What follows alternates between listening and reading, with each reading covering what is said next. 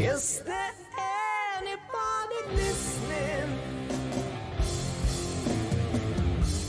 Is there anyone that sees what's going on?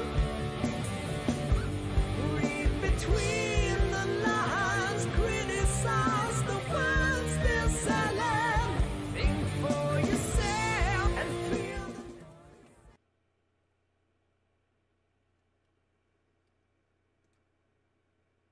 Take two. Yeah.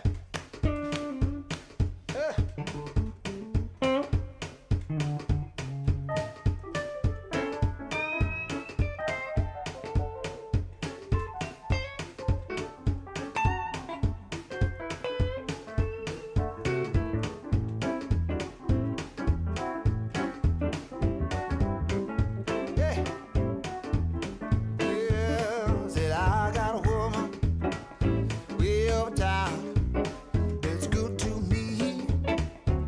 Oh yeah. Said I got a woman way over town that's good to me. Oh yeah.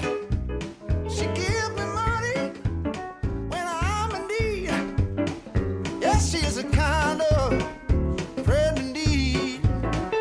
I got a woman way over town that's good to me. Oh yeah. She knows her money early in the morning just for me. Oh yeah. She says I love it early in the morning just for me. Oh yeah. She says I love it just for me. Oh, she loved me so tenderly that I got a woman way over town that's good to me. Oh yeah, that was the Smith, baby.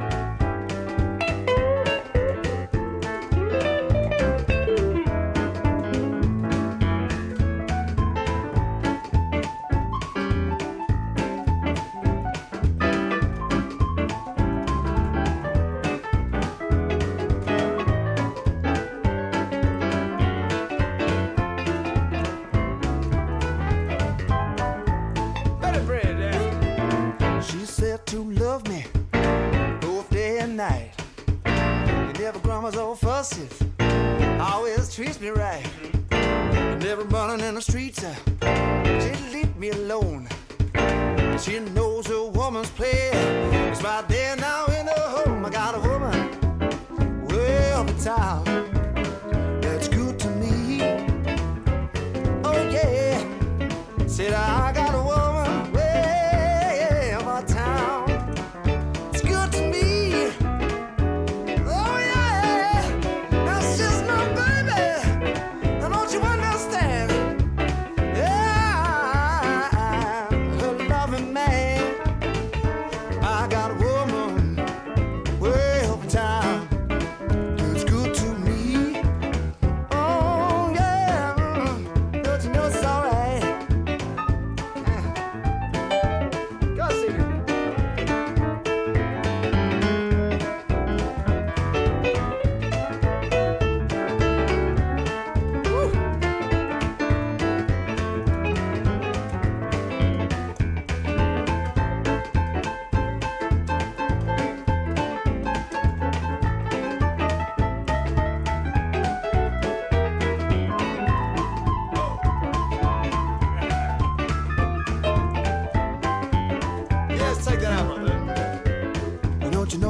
alright?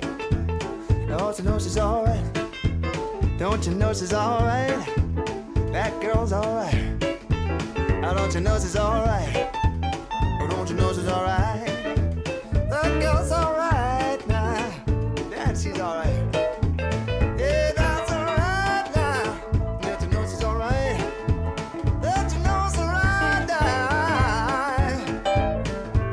Oh,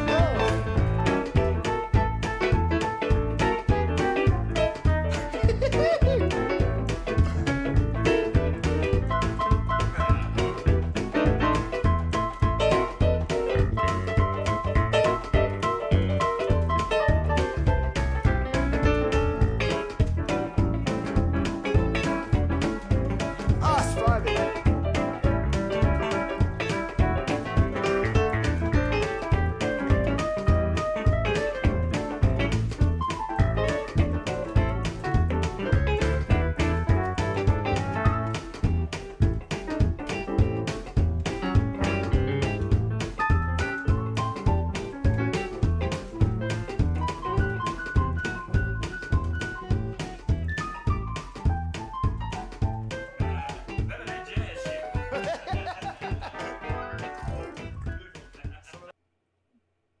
Is there anybody listening? Is there anyone that sees what's going on? Good morning. Welcome back to the Trailer Park. I am Chanda-Masta, and this is Hello Monday. I don't know how you can have a bad Monday morning when you're jamming out to Ray Charles, you know. That was amazing. That was fun little Monday morning. Get you going, get you moving. Yeah, I saw what you said in the chat. Yeah, Biden has officially allowed us to start, bombing Russia inside of Russia. Is that what's going on? I mean, we've been talking about that all last week, right? We knew it was inevitable, right? Come on, brain. Let's work this morning. I know it's Monday. Let's see what I've got. We got everything to talk about. I got a huge show for you guys. Things have been kind of crazy for me. You know, I haven't done a Wednesday show in a couple of weeks, and I don't think I'm going to do one this week. Let me get the chats brought up in here, and I will kind of give you guys a rundown of what's going on. Plus, I got a bunch of new projects I'm working on, so that's going to be fun, too. There you are. Hey, chat. Good morning. What is up? Let's get logged into the Rokfin, Rumble, and X. Good morning. Oh, there's the Rumble. Rumble's up. Rokfin's up. Good morning. Okay, let's shout out the Rokfin first. Fred Edwards, Anna Maris, and Jim are hanging out over there. Anna, thank you so much for sharing that link yesterday. That was a fun cast, and I never followed that channel before. I don't remember what they're called, but I did follow, and I enjoyed it. Good morning, YouTube. We got Corky and Salty's Digital Dive, along with Kurt Boss and Oz the Boomer. Midnight Karma's hanging out with Kate. Kate, good morning, Kate. Are you home, Kate? Can I breathe now that I know you're safe? And Natalie Williams, what's up, Nat? Rad Angel, I saw your message about life in the trailer park the other day. I'm sorry I didn't get a chance to address it, but fuck. I know, right? When one thing goes, they all start going. My roof is leaking, but it needs a bunch of work before I can fix it. Yeah, trailers don't hold up very well. And when your trailer's 60 fucking years old, 50 years old, they fall apart. They do. Life in the trailer park, it is tough. Who else is hanging out today? Popeye, I didn't leave you out. I know you're struggling too, Popeye. Oh, man, everybody, I get messages all day long. People are fucking feeling life right now, and it sucks. It sucks for everybody, including myself. Let's see. I got Rad Angel. I got Popeye. Mastermind was the first in. Let's see who's filed in now. Shane Piper, good to see you. And did I miss anybody? I think I got everybody that's chatting right now. Steve Guy. I missed Steve Guy. Good morning. Happy Monday. Happy crazy World War III, end of the world, Trump has been convicted Monday, because that's where we're at. We're going to talk about Trump. We're going to talk about Israel. We're going to talk about Ukraine. I don't know if I brought a lot of Ukraine stuff. I mean, what can you say? French troops are there. They want to bomb inside of Russia, and they are bombing inside of Russia. Oh, there goes one of my lights. Can't have my lights go out. Then I'm just sitting in the dark. Okay, so as you guys know, I've been kind of going through it at home. my mother-in-law, who's lived with me for many, many years, but has been with me for 9 years. I mean, I've taken care of her on and off for 14 years, but she spiraled into dementia very, very, very quickly. And I worked in 2 dementia wards and did hospice in home care. So I know what I'm looking at. I know what I'm dealing with, but I've never seen it spiral so quickly. She escapes the house constantly. Cops are bringing her home. I got up yesterday morning. She was gone. Like, we had to do a silver alert.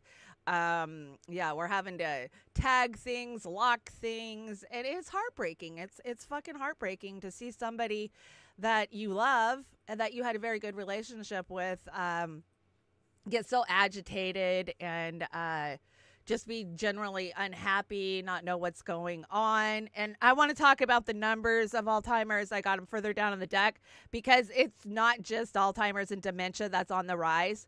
And at the same time that our healthcare system is falling the fuck apart. So trying to get help for any of this has just been, I mean, I'm begging the doctors. I live in a retirement community. You think there would be resources here for something like that, but there isn't. So they have this thing called Operation Lifesaver where you can pretty much AirPod them. So we're gonna AirPod her, and yeah, we've locked down. So that's crazy in itself. But I'm sorry I haven't had time. Things are just, you never know what you're gonna wake up to. You just never know. I mean, it could be a great day or it can just go to shit really fucking fast. So that's why I've been taking Wednesdays off to focus more at home. And I'm not making it money-wise doing what I'm doing. I love what I'm doing. Don't get me wrong. I absolutely love sitting in the trailer park talking to y'all every day, but it doesn't pay my bills.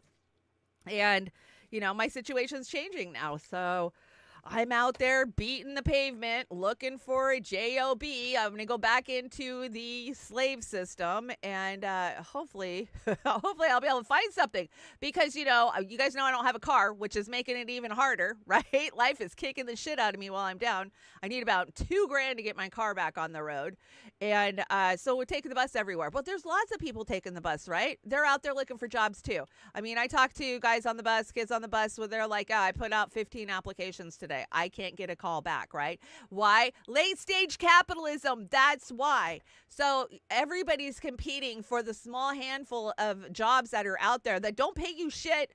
I applied for a job the other day online to be a YouTube content manager, meaning that you post to this corporate page for them. It's 100% corporate, like I'm selling my soul to corporations again. But they want to pay you minimum fucking wage, but they want you to have a bachelor's degree. A fucking bachelor's degree to be able to post shit to YouTube.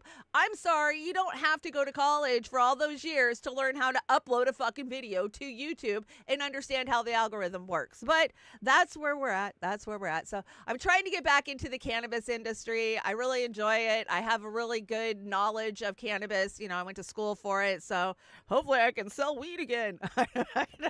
I got to go back to work. It sucks, man. It does. You know, COVID ended. And I started this at the beginning of COVID, so I guess it's just time for a change. But I don't want to give up what I'm doing, so I'm definitely dedicated to Saturday night's Beauty and the Boomer. You guys know that. I'm never going to let odds down. I don't care if I work all day. I will come home and sit down and do a Beauty and the Boomer. And then, of course, Monday mornings. I love hanging out with you guys every Monday morning. So, and then I got an interview show that's in the works, which is going to be great. I've got my first guest already lined up. Arim, if you're out there. I already lined up my first guest. And he is a naturopath doctor who was the very first doctor who was indicted and convicted for giving people naturopathic ways to cure COVID. Because he said it treated COVID, the FDA came in, slapped him, shut him down, and they threw him in jail. He just did like 2 years for giving people basically garlic, Allison, it's garlic, to help treat COVID symptoms. But that wasn't the first time that the FDA came for him. They came for him back in 2016 for human growth hormone, which Come on. We all knew that was illegal in the United States. But anyway, so I'm excited to sit down and talk to him. He's been a family friend for many, many years. Activists. I met them, being an activist. So I'm excited for that. So you're losing Wednesdays, but you're gaining Thursdays. So it's not a total loss, right? We're going to figure it out. Even if I've got to change days around, I'm going to keep up my schedule, even if I'm working full time. So hopefully I can just find something part time. That would be great. Okay, let's get moving. Did I say hi to Kurt Boss? Hi, Kurt Boss. Jax is here. Damn, sorry to hear that, Chanda. Yeah, life has a way of kicking the shit out of you, right? Okay, fair use. We are on YouTube this morning for whatever it's worth. These are my opinions, my commentary, and hey, the truth is out there. They can't hide it from you. They've tried to hide it from you, but then there was this little thing came along called the internet. And as much as they try to censor it and suppress it, y'all can still find the truth. They'll just call you conspiracy theorists when you find it. So don't worry about that. Just go look for the truth, man. Do your own research at the end of the day. And if you want to help me out, there are my Cash App, Venmo, and PayPal. Of course, all the links in the description below. I get it. Donations have been freaking nil. And I know it's not just me. I hear the other commentators talking about it too, so I don't take it personally. I get it. I get it every time I go to the grocery store or, drive past the gas station and see that gas is $5 a fucking gallon. I get it. So please only give if you can. But we always appreciate it at the trailer park. It helps us keep the lights on and keep these subscriptions to everything we use for these shows going. So thank you so much. Hey, Chanda, there's the bottom feeders that are the leeches. They are the bottom feeders that are the leeches. Yeah, there is a bunch of bottom feeders out there. And if you want to buy me a coffee, I got some Joey's in my cup this morning. I went to Grocery Outlet yesterday and they had Dunkin' Donuts creamer for like $1.50 a bottle. Must have been on, clearance or whatever. But creamer's like $5 a bottle now. So I bought like 5 of those. Oh, like, fuck that. That's a good buy. So I got some good creamer in my Joey's coffee, too. You can get Joey's coffee, too. You just got to reach out to Oz, and he'll get your order set up. If you haven't had Joey's, when we tell you it's the best, it's the best. It really is. And I'm in Seattle. We drink a lot of coffee here. I know good coffee, right? So I'm not just blowing smoke. Okay, let's talk about it. Let's bring the big deck in. Let's bring the big decks. We need the big deck. There we go. There's the big deck. And then we'll do the overlay. There you go. Okay, so did you guys see? No permanent ceasefire. Oh, fucking shocker, right? Like we thought there was going to be a permanent ceasefire. Who in the world thought there was going to be one? Who has fallen for this crap? Not us, for sure. So, Kim Iverson first tweets out, and she was tweeting out to Israel's official page. You know how they have their official Facebook or X page where they put their propaganda out? So Kim Iverson retweets it towards them, and this is what she says. Israel officially rejects the ceasefire deal. By POTUS. Yeah, okay, proposed by POTUS. Like okay, because Biden doesn't give two shits about that, but hey, he proposed it, so he's a good guy. Vote for him. Meanwhile, Hamas essentially accepted it, like they have every time. Like they have every time that there's been any kind of like, oh, this is the ceasefire we're going to do. Hamas goes, okay, we'll do it. Yeah, we'll do it. Essentially accepted it. The families of the hostages now blame Israel for sacrificing their loved ones for the larger goal, the goal of ethnic cleansing and stilling of Gaza. Now, just before we went live, I saw that the IOF is in Gaza burning the buildings that are still standing. So if they didn't get you with the fucking bomb, well, we're just going to burn your place down. I mean, not like anybody's staying in those places because it's too dangerous, but hey, they're doing their job of leveling Gaza, right? They want to level it, bulldoze it, and build it all up in their image. So Comrade Misty Putin's buddy says, Israel never gave a single solitary shit about those hostages. No, they didn't. And we know they didn't. They didn't really care about Hamas. This has always been about slaughtering as many Palestinians as possible and forcing the rest to flee so they can steal the rest of their land. And that's true. That's 100% true. Here, Kim Iverson and Misty. So, yeah, no permanent ceasefire. Netanyahu rejects the U.S. brokered ceasefire deal to end the war in Gaza. It's not a war. To have a war, you have to actually have two sides fighting each other. That's not what's happening here. That's not. You can't even compare it. So I don't even call it a war. It's just a genocide. It's an ethnic cleansing. We know it. I know it. You know it. At the end of the day. Did you see Biden getting booed coming out of his Delaware home yesterday? Check this shit out. Oh, he so deserves this. Shame on you! Mr. President, are we closer to a ceasefire?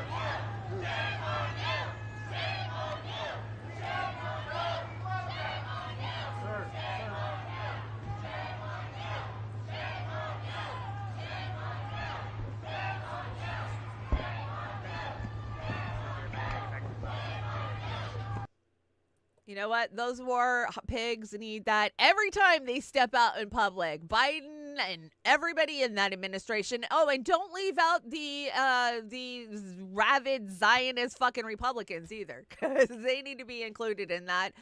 Call them out every time. The Biden administration would like to wish you good luck in the upcoming Hunger Games. Yeah, right. We got Hunger Games coming. Is it just me? Or does it feel like they're kind of peddling back the Biden's going to be president thing because they fucking know he can't win? Is this because they're getting ready to change candidates at their DNC Zoom conference? Yeah, it's Zoom again. Why is it going to be Zoom again? Well, because they weaponized Zoom during the 2020 election to shut down anybody who doesn't agree with them in the base of the party. So it worked so well the first time. Why not do it again the second time? And that's exactly what they're going to do. I absolutely believe that they will replace Biden at the DNC. They know they can't go forward, and they'll still lose. They'll still lose, which the Democrats don't care. They don't care if they lose. They want to lose because then they can make money, right? They send Robert De Niro out there with fucking Lady Gaga to tell you you have to give your last $3 to them so that way they can fight the fascists. You know, I saw somebody the other day on a YouTube podcast kind of give a definition of fascist. It wasn't the definition of fascist. I was like, that's our fucking problem. Nobody understands what an actual fascist is. They think it's a dictator. It's not a fucking dictator. It is a government that has taken over control. When the state and, the ideology merge, that's when you get fascism. So I think a lot of people need to look that up. It just cracked me up. Like, well, you don't know what a fascist is. Just like communists and socialists, right? I'm just going to start calling myself a commie socialist. I guess nobody knows anyways. Like the far right Republicans, oh my God, Biden's a communist. Oh my God, Biden's a socialist. Like you guys, I don't think you know what that word means. And I don't think you understand how it works at the end of the day. So keep correcting them on their language, right? Because that's how they're fucking us is with language. We all know it. U.S. State Department falsifies reports absolving Israel of Gaza on Gaza aid. Oh, imagine that, right? The U.S. State Department keeps freaking telling us that they're sending aid, they're sending aid, they're sending aid. Yet we keep seeing the aid get stopped and not get in by Israel. By Israelis. They go in there, they knock those trucks over, they steal that shit, they make themselves a fucking barbecue. But the U.S. is going to cover for it. So Stacey Gilbert, who quit post as senior advisor on Tuesday, and we're going to talk about this. There's been a bunch of people that have quit the Biden administration in the last week. It says reports went against consensus of experts. Oh, no way. The U.S. government put out a report that went against the consensus of fucking experts? No, they would never do that. Are you serious? That's just mind melting. So 2 more U.S. officials resign over Biden administration's position on Gaza war. Yeah, I brought you guys a clip last week or the week before. The media doesn't want you to know this. They are not talking about the mass exodus of people that are leaving the Biden administration for one reason or another. Some are leaving over Gaza, but a bunch left over the political prosecution of Trump. Right? They see it as using the judicial system as a weapon, which I got to kind of admit, that's what it is. I mean, did Trump do something illegal? Yeah, probably. But they all fucking do it. How is this any different than Hillary Clinton and the Steele dossier? Oh, you know what's different? She had to pay an $8,000 fine. They want to throw Trump in Rikers Island for a fucking year. That's the difference. That's 100%. The double standard, rules for thee, not for me. That's what our government has always done. That's what they're going to continue to do. So let's talk about all these people who've quit. I think I got an article here. We'll take a look at it. So, fact, at least 7 U.S. officials publicly resigned in protest of Biden's Gaza policy since October 7th. So, yeah, I've actually featured one. Remember, we watched that one video. It was like 6-7 minutes long. It was a long one. And it was a good interview where they, like, did you hold these positions before? Like, why did you stay? What do you want people to know? That type of thing. But let's go look at who has quit the Biden administration, because I think we've got a breakdown of all the different names. Okay. So go back up. Okay. Fact 7 have left. Somebody's always mowing in the trailer park. I swear to God, they were mowing last time I was live. The resignation of Stacey Gilbert, a senior official from the State Department, Pentagon of Population, Bureau of Population, State Department's Bureau of Population. Who knew that was even a thing? Refugees and migrants is the latest publicly announced departure from the U.S. government in protest against Biden administration's policy concerning Israel's war on Gaza. It's not a war. We always talk about that. Okay, let's go talk about who these people are. Okay, first one we got Josh Paul. Josh Paul, who worked for 11 years as the Director of Congressional and Public Affairs at the State Department Bureau of Political Military Affairs, who oversees arms transfers to foreign nations, publicly announced his resignation in a 2-page letter. He expressed his desire for the protection of innocent people, Israeli and Palestinian. I'm leaving today because I believe that it's our current course with regard to the continued, indeed expanded and expedited provision. God, this guy used a lot of big words, of lethal arms to Israel. So this is an arms dealer. This is the dude who was responsible for sending arms to fucking Israel, who threw his hands in the air and said, you know what, after 12 fucking years, I can't do this anymore. I think that speaks volumes. Who's this next one? Tariq Habash is a Department of Education's political appointee, resigned January 4th in protest against the administration's failure to halt Israel's ongoing collective punishment tactics. Collective punishment tactics, we all know it, right? Annalee, who is this? Shaline, 38, a foreign affairs officer at the Bureau of Democracy, Human Rights, and Labor, resigned on March 27th, accusing the administration of enabling atrocities in Gaza. Harla, is that how you say that? Harla, right? Let's see. State Department spokesperson for the Middle East and North Africa resigned on April 25th. Yes, because we don't talk about North Africa and what the hell we're doing there, right? I love that was included in that.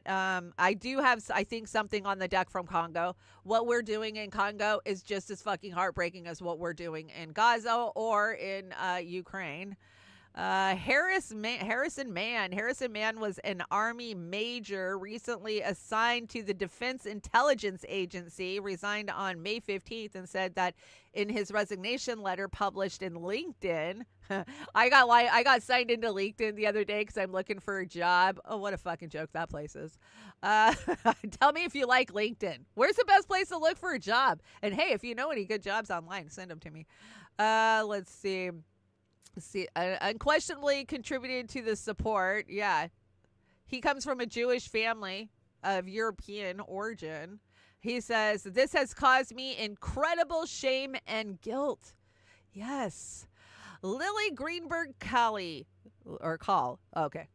Lily Greenberg Call, a special assistant to the chief of staff in the U.S. Department of Interior, announced May 16th she was resigning because of the administration's support and attacks on Gaza. The Jewish American, that's the lady that I brought you guys, the Lily Greenberg. That's the interview we watched, and she was so good about it. Oh, I thought there were supposed to be 7. Did I read off 7? 1, 2, 3, 4, 5, 6? Oh, I think I got 6. It says 7, but I think we talked 3. I mean 6. I'm glad to see people are finally stepping up and telling this administration F you. And it's kind of shocking some of the positions that these people held, right? For them to be throwing like a weapons distributor. Like all of a sudden you grew a conscience. What? Like, that seems a little strange. What are you even doing there if you got a conscience? Doesn't work. Okay, bring the deck back in. I just thought that was interesting. And of course, nobody's talking about that. The Biden administration and his spokesperson, Jean-Pierre, sure don't want people under knowing that people are leaving. Oh, let's check the divest list and make sure we're not missing anything on it lately. Let's see, what side am I on? Boycott. So let's see. Of course, we got McDonald's, KFC, Starbucks, Domino's, Pizza Hut, Burger King, Pepsi, and Coke. So do the Pepsi challenge. It ain't gonna fucking matter because both sides support the annihilation of Gaza. What is thumbs up? Thumbs up? And I don't know what that other one is. Looks like a rotten tomato. Tang. Stars. Yeah, we don't have a lot of this. Cadbury, bad Cadbury bunny. Lay's. Who can afford a bag of fucking Lay's anymore? Have you guys seen how much fucking potato chips are in the U.S. right now? You're looking at $8 for a regular bag. The regular family-sized bag of Lay's potato chips are $8 fucking dollars. And that's even at grocery outlet or, that's insane to me. Who else? I know Lipton was on here. Lipton definitely. Oreo, Tide, Dove, anything Unilever. Fuck Unilever. Heads and shoulders, knees and toes. Vaseline. Well, that would make sense, right? Where was Vaseline created? Definitely places to boycott. Just reviewing them. It seems like every time I review one of these, maybe there's a new one that I go, what? I didn't know that, and I quit using it. Caitlin Johnstone. I had a different Katie Johnstone on the deck for today, but this one was so damn good that she dropped this morning that I swapped them out, and I'll probably bring the longer one to Beauty and the Boomer later this week because Katie's killing it like she always does. But look, they can't control Gaza narrative because too much has been seen. Too much has been seen. And yes, we see what the hell you're doing. The light of awareness makes it very difficult for an empire which is fueled by human blood to operate. Oh, on so many different levels, though, right? If you know, you know. Which is why so much effort has gone into shutting off the lights. Okay, let's hear from Caitlin Johnstone. They can't control the Gaza narrative because too much has been seen. A lot of mainstream adjacent progressives act like Gaza is some radical deviation from normal U.S. behavior, which is infantile nonsense. The U.S. inflicts similar horrors on the world all the time. The only major difference is A, this one's being live streamed, and B, there was a pro-Palestine movement in place before it began. With regard to B, Gaza is really illustrating how much the U.S. empire benefits from moving through its foreign military violence relatively quickly. When it can move from propagandizing the population about evil dictatorship X to destroying the country in question to moving on to its next war in the span of a few short years, there's not enough time for public awareness to grow of exactly how evil the empire is being. It was years before a mainstream consensus developed that the invasion of Iraq was wrong, and it will probably be decades before there is mainstream consensus about the evil shit the empire did in Syria from 2011 onwards. With Gaza, people saw this one coming, and were calling it what it is from the moment it began, because there was already a widespread political understanding, at least on the left, that Israel is a murderous settler colonialist project, and that the Palestinians are colonized people. This widespread understanding occurred because the Israel-Palestine debate has been raging for generations, so the collective has had enough time to really examine the facts and circulate its arguments through public consciousness. Those facts and arguments were there, ready to be picked up and understood and used, even by young people who are new to the situation after October 7th. So what's really hurting the empire's information interests today is the fact that there was widespread social consciousness about Palestine already in place before the Gaza assault began, combined with the consciousness-expanding effects of social media and the ease with which ordinary people can now circulate raw video footage. Which really goes to illustrate the fact that consciousness and dysfunction cannot coexist, whether you're talking about humans as individuals or as a collective. If we can really see something and deeply understand it, It's much harder for depravity to function. The light of awareness makes it very difficult for an empire which is fueled by human blood to operate, which is why so much effort has been going into shutting off the lights. Shutting off the lights here looks like circulating lies and propaganda, killing Palestinian journalists in record numbers, blocking Western journalists from entering Gaza, banning TikTok, stomping out student protests, and smearing anyone who tries to spread awareness of Gaza as an anti-Semite. In that sense, we actually kind of are seeing a struggle between the forces of light and the forces of darkness here. Not in the sense the Zionist ideologues mean it, but in the sense that there are people who are trying to spread the light of awareness coming into direct conflict with people who are trying to shut that light down. And that's how humanity will eventually move into health, by the light of awareness spreading throughout our collective consciousness to all the various ways our species is still dysfunctional. This spreading of awareness happens in ways that are as diverse as investigative journalism, teaching, research, tweeting, making videos, writing blogs, informing others in interpersonal conversations, and expanding your own personal consciousness with inner disciplines like meditation and self-inquiry. We can each participate in this unfolding of human consciousness in our own way throughout our lives, and every contribution we make toward that end makes a difference. Anything you do to make the unseen seen and cast the light of awareness on areas of dysfunction helps move humanity into a higher level of functionality, whether you're spreading awareness of dysfunction out there in the world or in yourself by bringing more consciousness to your own inner processes. We can each do many things every single day to help move humanity into the light so that we may one day become a fully conscious species. We can each cultivate a practice of constantly looking for opportunities to expand consciousness in this way from moment to moment. In 2024, Gaza is very, very fertile ground for such expansion. Was that the end of it? Ah, that was a great one, wasn't it? Katie Johnstone. You know, she's been on point for so many damn years. I don't think that there's been anything that I've seen in almost 10 years where I didn't agree with Caitlin Johnstone.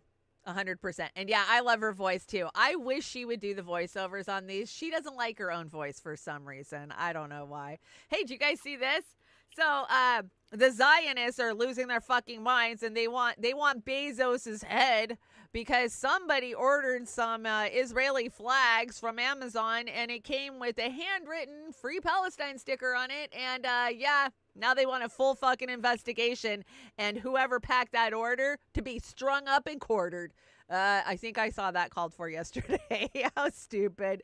But yay, go Amazon worker, whoever fucking did that.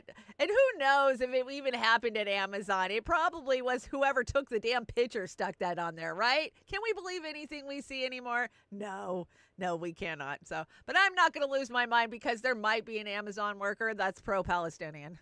It's just not in my things to give a shit about today. Let's see. This was this morning. I got this from Khaleesi. This is Katzarin, a city in northern Israel. Hezbollah has been bombing Israel with rockets and drones all day. The media won't show you this. Israel is losing on every front. Let's check it out. What is this, like a Home Depot? It looks like a fucking Home Depot. Is it just me, or when you see pictures of Israel, does it look like a fucking Western city, like a fucking Stockton, California, or fucking, Burlington, Vermont? It just seems like when I see video of Israel, it's just been made in the Western's image, right? And that's what they want for Gaza too. But let's not forget what Gaza actually looked like before they fucking started annihilating it. Because that's what it looked like. It was a beautiful city. Now it's a city of fucking rubble and, for a lack of any, the human bodies that are rotting there. We've heard Israelis be like, oh, just bulldoze over the bodies. We'll build our condos right on top of them, right? And that's what they're doing. Now they're clearing the path.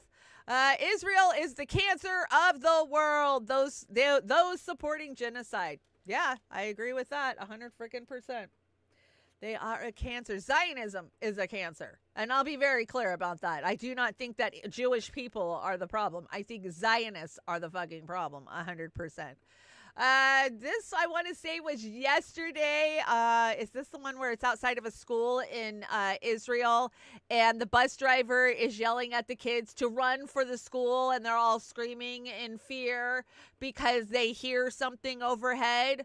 And I'm supposed to be upset about this, right? I'm supposed to be, oh my God, those are kids. So let's watch it, and then we'll talk about our reaction to it, after everything that we've seen since October 7th.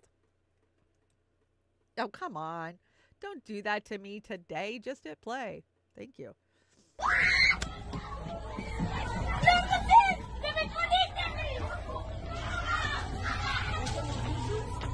נבדוק. לא חושב שיש מישהו. I hear a plane. As far as I know, nobody's bombing Israel via plane, right? Is that a thing? Who would be doing that? לא תשיגה. Does Hezbollah have a bunch of fighter jets I don't know about? So, okay, I could only know what was on the post, and the post was like, look at these poor Israeli children having to run for their lives while going to school. And I just thought of a video that I saw many years ago, and I went and looked for it, and I couldn't find it. I want to say maybe it was a Abby Martin video from 2015, maybe. Anyways, it was inside of Gaza, and these kids, every day they would go to school, the IDF would sit up on the fucking fence and shoot at those little kids as they're going into the school building. Like, you could see the bullet holes inside the school building where it has been riddled daily. And they're up there laughing, like, probably, I'll bet you can't take that one out, right? But I'm supposed to be upset and fearful for these kids after everything that we've seen. I'm sorry, it breaks my heart for all children, to be caught inside of a war zone. But for me, I'm not going to be buying into the fear mongering that Israel's putting out after everything we've seen. When Israel looks like Gaza, then in my heart, I will be heartbroken. But till then, I'm just seeing propaganda and bullshit. So I'm not falling for it. America is next. South African minister says countries aiding Israel are liable for the ICC prosecution. Yeah, right. They keep saying Biden like, oh, well, we'll come after you if you try to prosecute us. But we do deserve to be next. We are complicit. It is our bombs. It is our tax dollars. It's your hard-earned money from going to fucking work every day that's paying to kill these children. But you don't have a say in it. You're an American. You just got to toe the line. So I hope South Africa comes for us. Please come for us. Please, please, please. We deserve an ass whooping. So much. This is CNBC. I don't remember what this is. I'm sure it's Biden, whatever it is. Let's check it out. Before I begin my remarks, I just want to say a few words about what happened yesterday in New York City. The American principle that no one is above the law was reaffirmed. Donald Trump was given every opportunity to defend himself. It was a state case, not a federal case. But the Fed didn't prosecute. It was heard by a jury of 12 citizens, 12 Americans, not peers, 12 people like you, like millions of Americans who served on juries. This jury is chosen the same way every jury in America is chosen. From a district that has no Donald Republicans. Trump's attorney was part of. The jury heard 5 weeks of evidence. 5 weeks. 5 weeks of After evidence. careful deliberation, the jury reached a unanimous verdict. They found Donald Trump guilty on all 34 felony counts. Which was the now same they'll be fucking given thing, the opportunity, as he should, over. to appeal that decision just like everyone else has that opportunity. That's how the American system of justice works. Yeah, it is. It is and how it's it works. Reckless. It's It's dangerous. dangerous. It is dangerous. It's irresponsible for anyone to say this was rigged just because they don't like the verdict. Our justice system has endured for nearly 250 years. Yeah, because you guys use it And and it bend it literally at is the your will. cornerstone of America. Our justice Can you system. shut up already? The justice system should be respected. And we should never allow anyone to tear it down. It's as simple as that. That's America. You respect the law, That's Joe, who we don't are. you? And that's who we'll always be, God willing. Oh, that was so gross. Who in the chat thinks that this isn't a political prosecution of Donald Trump? Right? And I just find it so crazy that the things they're saying Trump did, we know for a fact Hillary Clinton did because she already got fined by the voter commission board for it, right? $8,000. And we also know that Bill Clinton did the same thing too when he paid off Paula Jones and all his fucking accusers. But it was different. It was different. We didn't hate them, right? Like I said, they're trying to give Trump a year in Rikers so that way he has to stay there in New York. Do you think Trump's going to see the inside of a jail cell? Do you? I hope he doesn't. But if he does, it's probably going to piss a lot of people off. I don't know. You know, he can run from jail and he can win from jail too, because we all know that Trump has got a majority of the country behind him right now. Even those of us who didn't vote for Trump in 2016 or in 2020, we're ready to vote for Trump now. You know, for me, I voted Jill Stein for, I don't know, the last fucking forever. Every election for the last 12 years or some shit, I voted for the Green Party. And I do that as a protest vote and to help a third party get enough percentage to actually be viable, which will never happen. They'll never allow that to happen. But this time around, I think I'm going to give it to Trump just to put it in their face, right? I mean, why not? It's not like your vote counts anyway, so shit, give it to the man. That's what I'm just going to give it to Trump. I wasn't going to, and you guys know that. I've been pushing back against everybody who's like, I'm going to vote for Trump for fucking a year now. Like, why would you do that? He's terrible. He's still terrible on Israel. He's terrible on this. He's terrible on that. He didn't, Operation Warp Speed. I love WikiLeaks. I mean, how many times this guy lies constantly, right? I don't expect anything from Trump, from his campaign promises. That's not why I want to vote for Trump. I want to vote for Trump because fuck Joe Biden, fuck the administration who thought they could weaponize our 200-year-old system and use it to persecute one of their political opponents. That's why I'm probably going to vote for Trump.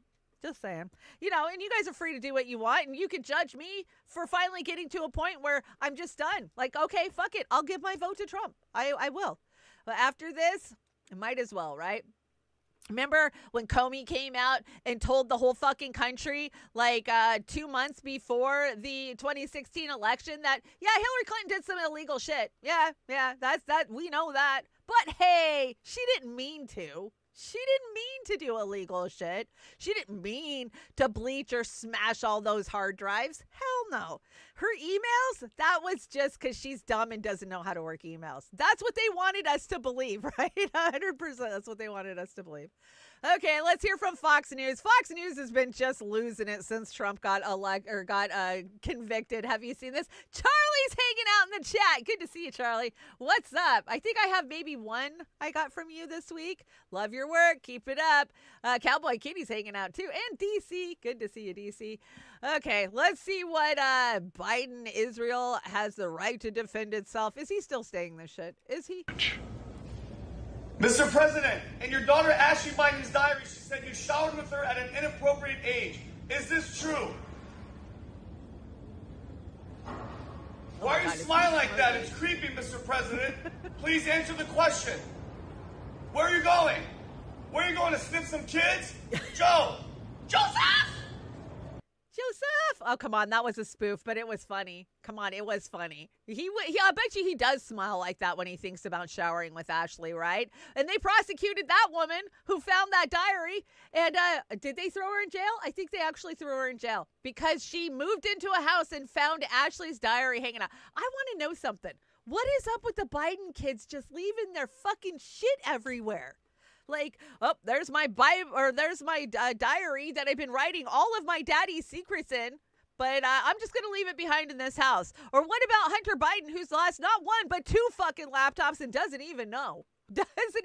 I guess we can explain Hunter Biden's away because he's too fucking high. He just leaves his shit behind. But what about Ashley? What's her excuse, right? Remember they kicked in James O'Keefe's door and the FBI raided him, trying to say that he acquired that diary illegally. Bullshit. He did not. He did it exactly. And I'm not a huge James O'Keefe defender. You guys know that. I call him out constantly. Is he an op? I don't know. Is Tim Fool an op? I don't know. Probably. At the end of the day. Okay, so this is the Congo. I told you I had one video on what's going on. Look at what we have done in the Congo. I know we're so busy looking at Gaza, looking at Ukraine, but we have to look at what we're doing in Africa. It's just as fucking gut-wrenching. It's just as atrocious as everywhere else. So here we are, Congo. Look at it. Tent cities. Fuck, they want us all in tent cities in the U.S. So how is, we're next. We're next. Very sad. And then they work for what? Half a penny a day in the fucking mines to get those resources for Americans so we can have cell phones and fancy jewelry. Yeah. That's what America stands for. Cell phones and fancy jewelry. Very sad. And this is going to be a humanitarian crisis too. Anytime you put a bunch of people out, displace them out of their homes and out of their lives, of course this is going to be a humanitarian crisis. But, remember when we cared back in the 80s when all the musicians came together and, we're going to stamp out hunger in Africa. Where are they now? Where are they now? Oh, that's right. They support this administration and the bullshit that they're fucking doing all over the world.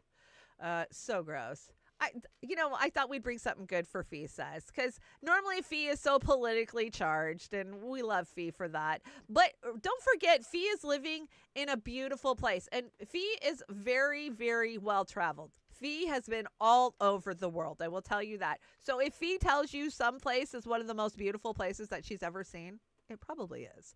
So Fee says they never highlight Russia's beauty or how vast its cultural landscape actually is. I went to Europe in college and studied abroad thinking it was the epitome of culture, intelligence, insight, and progress. Turns out it was just the opposite. Meanwhile, this is in Sevastopol, Crimea, Russia. Let's check it out. Look at how pretty this looks. Oh, wrong mouse. There we go. Tara Reid's been posting a lot of beautiful stuff too. She was up in the mountains in Russia this weekend. If you're not following Tara Reid or Fiorel Isabel, you need to be. Isn't that pretty? It's so clean. So clean. That's the one thing about Russia that blows my mind. Every time I see a video, it's America, it's so much trash and gunk and just, we don't care. We don't clean anything. I like Fee's little watermark. You see her little watermark here in the corner? It's cute. You barely see a Fee up here in the corner. Oh, it's so pretty. Kind of makes you want to jump in, right?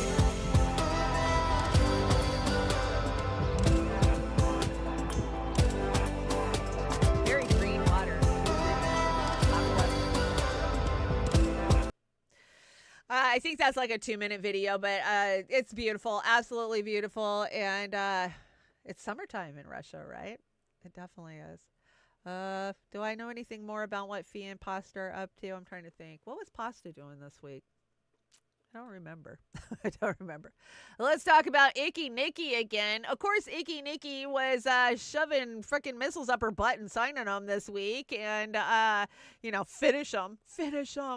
Anyways, she did not stop at that. She had to stop by the Wailing Wall and do a little wailing like all politicians do. I'm sorry, you don't get your APEC check unless you stop by the Wailing Wall. It's a requirement. It's probably in their contracts that they have to cry and place both hands on the Wailing Wall. Well, she did exactly what she's supposed to do, which allowed me to bust out the Nikki Haley military industrial complex meme that I love so much.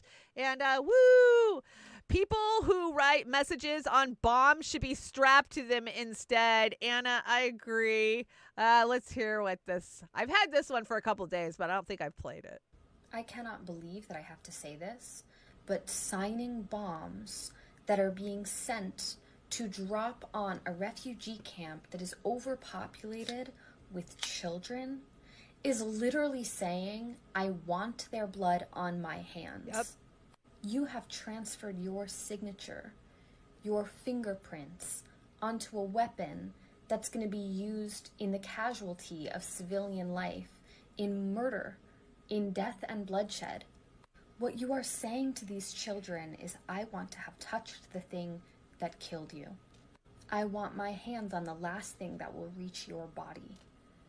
Exactly what she's saying. Soul death, what loss of humanity have you Did she ever undergone have any humanity? Come on. where you want to sign your name on a murder weapon? I think I'm actually beyond words on this one. Beyond words. Right? Right? Oh my gosh, so bad. Ugh, Nikki. Icky Nikki. She's taken well over $1 million from AIPAC. We know that. Not a shocker, but most of them have. You know what I want to see from AIPAC Tracker other than them endorsing fucking AOC? Because that was gross last week. I want to see them add up all the money from every one of those politicians. Tell me how much that they've got over the last 5 years, right? I think it would blow our fucking minds how much money they've spent to buy our Congress. And we know they 100% own our Congress. There might be, 99.9%. Maybe they have 1% they don't quite own yet. But don't worry. If they can't buy you, they'll just run you out of the race by buying the candidate who's running against you. That's what they do. Not gross. I mean, so gross. Did I get the video into this one? Let's see. What is those? So this is from Nico over at the Hotspot. It says, Brianna Joy Gray versus a room full of Zionists. Apparently 120% of the audience voted that Israel's war on Hamas is just a war. It's just a war. Even the moderator can't believe what he's seeing. The math is just not mathing. Okay, so I didn't bring you any of the clips of her interactions with them, which there's plenty out there. Bree, you know, I commend her. She got into a room full of Zionists and sat there and took it. She's the type that would do that, though. And that's why I always have respect for Brianna Joy Gray, regardless if I watch her or support her. You know, I still respect her because she will go into those tight spots that a lot of us don't get invited into because she's kind of that access journalism. Am I wrong that Bree's kind of access journalism? That's the way that I've always felt The Hill was, right? You know, we brought The Hill over at the Dive, or the Boomer did, for a long, long time. We would bring them. And yeah, I appreciate her, you know, what she has to say on a lot of things. But at the end of the day, get the fuck away from The Hill. Get out of there. Just get out of there. Okay, let's see. 120% of the audience wants this war. That sounds like Democrat math. Are they doing Democrat math? I'll bet you they're doing Democrat math. I can't see. Israel's war on Hamas is a just war. Agree. 120%. This is some kind of Russian election stuff. And they're all laughing. So just over 100 agree, just about 20 disagree, and about 25 are unsure. Oh, shut up. We didn't see what it was at the beginning, so I don't know if we shifted much of the conversation. They're literally partying. Oh, look, 120% of us want to kill babies. That's worth laughing about. This is crazy. This is insane. 71 to 74. Okay. Percent. Okay. So we are slightly more convinced that it's a just war. Look at Bree's face. Bree's like, what the? Ladies and gentlemen, please join me once again in thanking everybody on the panel. Mike, come on, and Eli Lake. Thank you. Bree's ready to run. I'm getting the hell out of here. And we will see you tomorrow. Ah, so gross. So gross. And the fact that they were screaming and yelling and hooting and hollering happy about it, right? Woo! We all support killing babies. That's who we are. Just gross. Yeah, Zionist, 100% natural Zionist tears. There they are. Oh, not Shmuley. Charlie, I got this one from Charlie. Charlie, you so grossed me out with this. I mean, this weaselly little worm grosses me out. I mean, if you want to have a nightmare, this is the guy that will give you fucking nightmares. He reminds me of like a troll or something, right? Oh, no, that's stereotypical. You're being, anti-Semitic if you say that. No, he could be Italian, and I think he'd look like a fucking troll. Like, it has nothing to do with his ethnicity. Anyways, let's check it out. Charlie, keep up the great work. We love you here at the trailer park. Now, remember, Rabbi Shmuley's only purpose is to make you hate Jews. True.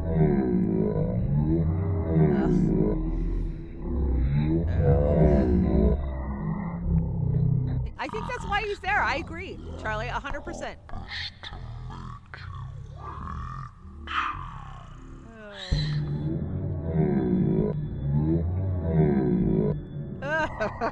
Okay. Grossing me out on a Monday morning. That guy always grosses me out. But yeah, absolutely, I agree. Rabbi Shmuley's only purpose is to make you hate Jews, right? So we have to be very, very vigilant and be very clear about the fact that it's the Zionists that we are calling out every day, all day. And we'll continue to do, right? He's a Zionist, plain and simple. Disgusting. Yeah. Dump a Shmuley this morning and feel 10 pounds lighter. Kill your E. Great Gross. That was fucking hilarious. Yeah. Make sure you're dumping your Shmuley every morning. Did you guys see, if you guys know, I watch AM Wake Up in the mornings when I'm getting ready for the show. And Chris from Rained Out Podcast, he's got a Bobby Kennedy down that is so fucking awesome. Like, you have to give him props. Like, he uses the same like mannerisms. Like, it's so great. Excellent job. Totally funny. You want some laughs, watch them in the morning for sure. So speaking of Bobby has reached across the dinner table and across the aisle to get bipartisan support because, you know, he's worth fighting for at the dinner table, so we're told. But here's the thing. They're all Zionists at the end of the day, so it doesn't matter. No. So I just want to say you're the first person to ever really get me excited, get me hot, and inspired about politics. Like, I'm actually willing to fight at the dinner table for you. She has purple hair, of course. My father and I, for the first time in my entire life, have agreed on one thing, and that's you. He used to call me a woke liberal, and I used to call him a closed-minded Republican. Well, you know, I get that a lot. There's a lot of people come up to us and say, you saved our marriage, or Bobby saved their marriage. Because there's so much division now in the country, and there's more polarization. What division? Yeah, there's Zionists and there's the rest of us.